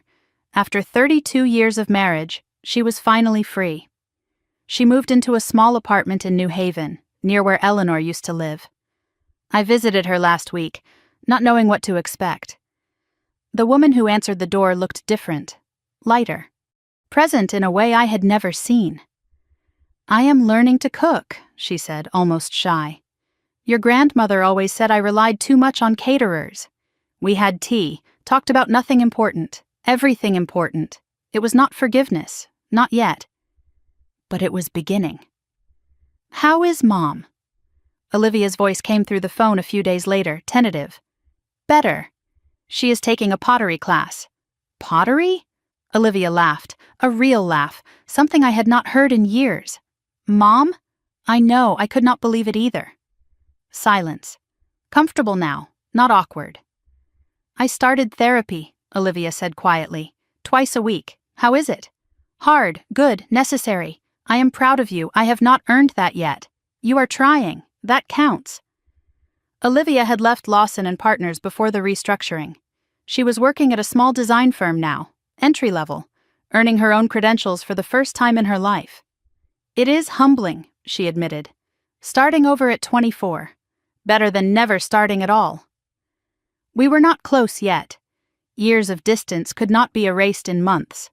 But we texted now. Called sometimes, showed up for each other in small ways that mattered. I had invited Olivia to the Harborview Tower opening in March. I would like that, she said. If you are sure, I am sure.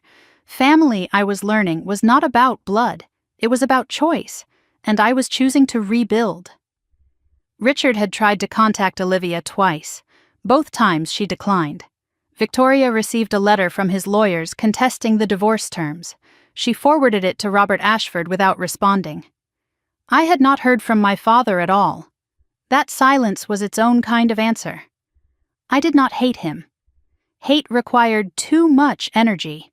I had simply moved on, built a life where he had no power. That was the real victory. The Eleanor Lawson Foundation for Women in Architecture launched last month. I used part of the trust fund, $500,000, to endow the first round of scholarships. 10 women would receive funding this year.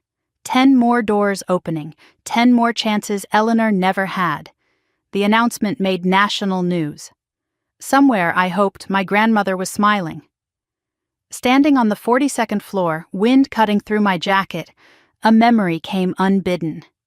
Summer of 2005. I was 10 years old. Grandmother Eleanor's brownstone in New Haven. A hot August evening. Fireflies beginning to blink in the garden below. Eleanor had taken me up to her roof. A flat section with lawn chairs and potted plants, and a view of the city she had helped build. "My secret place," she said. "Where I come to think." We sat together, watching the sun set over New Haven. Orange and pink and gold, painting the buildings like a watercolor. "Grandma, why do you like buildings so much?" she smiled, the patient smile she saved for real questions. "Because buildings outlast us, sweetheart. Long after we are gone, the spaces we create keep holding people, keep sheltering them, keep mattering. But what if no one knows you made them?" Eleanor looked at me then, really looked, the way adults rarely look at children. "Is that what you are worried about? Credit?" "I do not know. Maybe. Let me tell you a secret." She leaned close. "The best things I have ever built, no one knows my name is attached to them. And that used to hurt. It used to feel like theft. Does it not still? Sometimes. But then I walk past those buildings. I see people going in and out, living their lives, finding shelter. Her eyes were bright, and I think I gave them that. Whether they know it or not, my hands, my mind, my love, it is in those walls. That is what matters." "Grandma?" "Yes, sweetheart. Someday I want to build something too. Something that matters." Eleanor pulled me close, kissed the top of my head. "You will, my girl. You will build something taller than any of these buildings. Taller than skyscrapers?" She laughed, maybe not taller in feet, but taller in meaning. She pointed at the horizon, at the buildings catching the last light. "Someday you will stand on top of something you built, and when you do, you will remember this moment."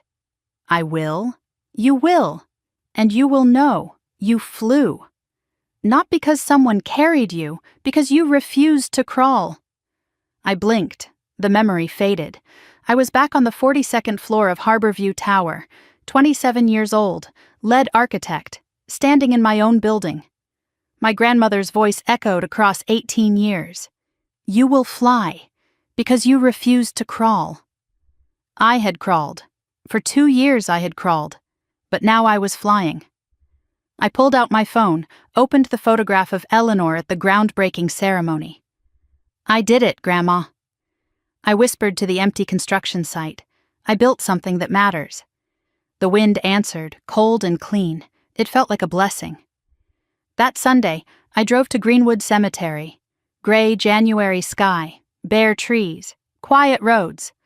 I stopped at a florist, bought yellow roses, Eleanor's favorite, always had been. Her headstone was simple, granite, clean lines, the kind of understated elegance she had brought to everything she designed. Eleanor Margaret Lawson, 1940 through 2021. She built more than buildings. I knelt, placed the roses against the cold stone. "Hey, Grandma." The wind stirred the bare branches. "I brought you flowers." And news. Silence. Just the sound of winter. "The foundation is up and running. 10 scholarships this year." I smiled. "Mom is taking pottery classes. Can you believe it? Olivia is in therapy. We are working on it." I paused. This part was harder. Dad's company is gone. I know that is not what you wanted. You never wanted destruction. But the truth came out. Finally, I touched the cold stone. You saved me, Grandma, not with magic, with planning, with love that looked ahead. My voice cracked. I wish you could see what I am building. I wish you could be there when it opens. Silence. Just the wind. But I think you already know. Somehow. I think you have known all along. I stood, brushed dirt from my knees. I am flying, Grandma, just like you said. I pressed my fingers to my lips, then to the cold stone. Thank you. For everything. I walked back to my car. Did not look back. I did not need to. Eleanor was not in that grave. Eleanor was in the foundation, in the blueprints, in every door I would ever open for someone else. That was the real legacy, and it would last forever. March 20th, 2023. Harborview Tower grand opening. I stood in the atrium, surrounded by people, city officials, journalists, architecture critics. The industry that had once blacklisted me, now celebrating what I had built. Catherine Monroe stood at my side, proud and fierce. Victoria in a new blue dress, looking nervous but present. Olivia near the back, offering a small wave. And Elena Martinez, who had closed Rosie's diner for the day to be there, crying happy tears. Ladies and gentlemen, the lead architect of Harborview Tower, Stephanie Lawson. Applause. Cameras flashing. I stepped forward, scissors in hand. 42 stories of glass and steel and purpose. My name on the blueprints. My vision in the walls. I cut the ribbon. The crowd cheered. Later, after the speeches and interviews and handshakes, I slipped away, took the elevator to the rooftop, stood alone, Manhattan spreading below. The sun was setting, orange and pink and gold, just like that August evening in New Haven 18 years ago. I pulled out my grandmother's letter, the one I had carried for 2 years. Read it one more time. Live free, Stephanie. That is all I ever wanted for you. I folded the letter, pressed it to my heart. I am free, Grandma. Finally, I am free. Standing on that rooftop, I understood what my grandmother had been teaching me all along. 3 truths I would carry forever. First, boundaries are not betrayal. I spent so long feeling guilty for wanting independence, for not being the obedient daughter my father demanded. There was never anything wrong with me. There never was. Setting boundaries with toxic family is not cruelty. It is survival. It is self-respect. It is the first step toward a life that belongs to you. Second, real love does not control, it empowers. The people who truly love you do not hold you down. They lift you up. My grandmother never tried to control my choices. She gave me options, built foundations I could stand on, trusted me to find my own way. That is what love looks like. Not words, not promises, action. Third, sometimes the door you need is already being built. I could not see it during those 2 years of rejection, could not see the network Eleanor was weaving, the protection she was preparing. But it was there, waiting. If you are struggling, if every door seems closed, keep going. Someone might be building a door for you right now. You just cannot see it yet. I kept the letter in my wallet now, the paper soft from handling, the crease worn thin. Do not let anyone control you with money. Build something that belongs to you. I am building it, Grandma. Every day. I am building it. And I am finally free. That is my story. No magic, no fairy godmother appearing at the last second. Just a grandmother who loved me enough to plan ahead. A mentor who opened a door. A sister who found her courage. A mother who finally stood up. And a granddaughter who kept going even when every door seemed closed. It was not easy. 2 years of rejection. 2 years of being called a thief. 2 years of scrubbing tables and wondering if I would ever design again. But I am here now, standing on top of something I built. And if I can do it, so can you. If you are watching this and you are stuck in a controlling family, I see you. If you have been made to feel worthless by people who should have protected you, I see you. If you are wondering whether it is worth it to keep fighting, it is, I promise. You might have to build your own door. You might have to find your own allies. But you can get out. You can build something that belongs to you. You deserve to fly. Thank you for staying until the end. Truly. This story took me 2 years to live and a lifetime to understand. If it meant something to you, if any part of it resonated, I would love to hear from you. Drop a comment below and tell me, what would you build if no one could stop you? And if you know someone who needs to hear this story, a friend stuck in a toxic situation, a family member who has been made to feel small, share it with them. Sometimes one story can change everything. If you want more stories like this, about ordinary people finding their strength, about families healing, about justice finally arriving, subscribe and hit that bell. New stories drop every week. And check the description for the next video. I think you will like it. Take care of yourselves. You are worth fighting for. You are worth building for. Now go fly. This story is fictionalized for dramatic effect.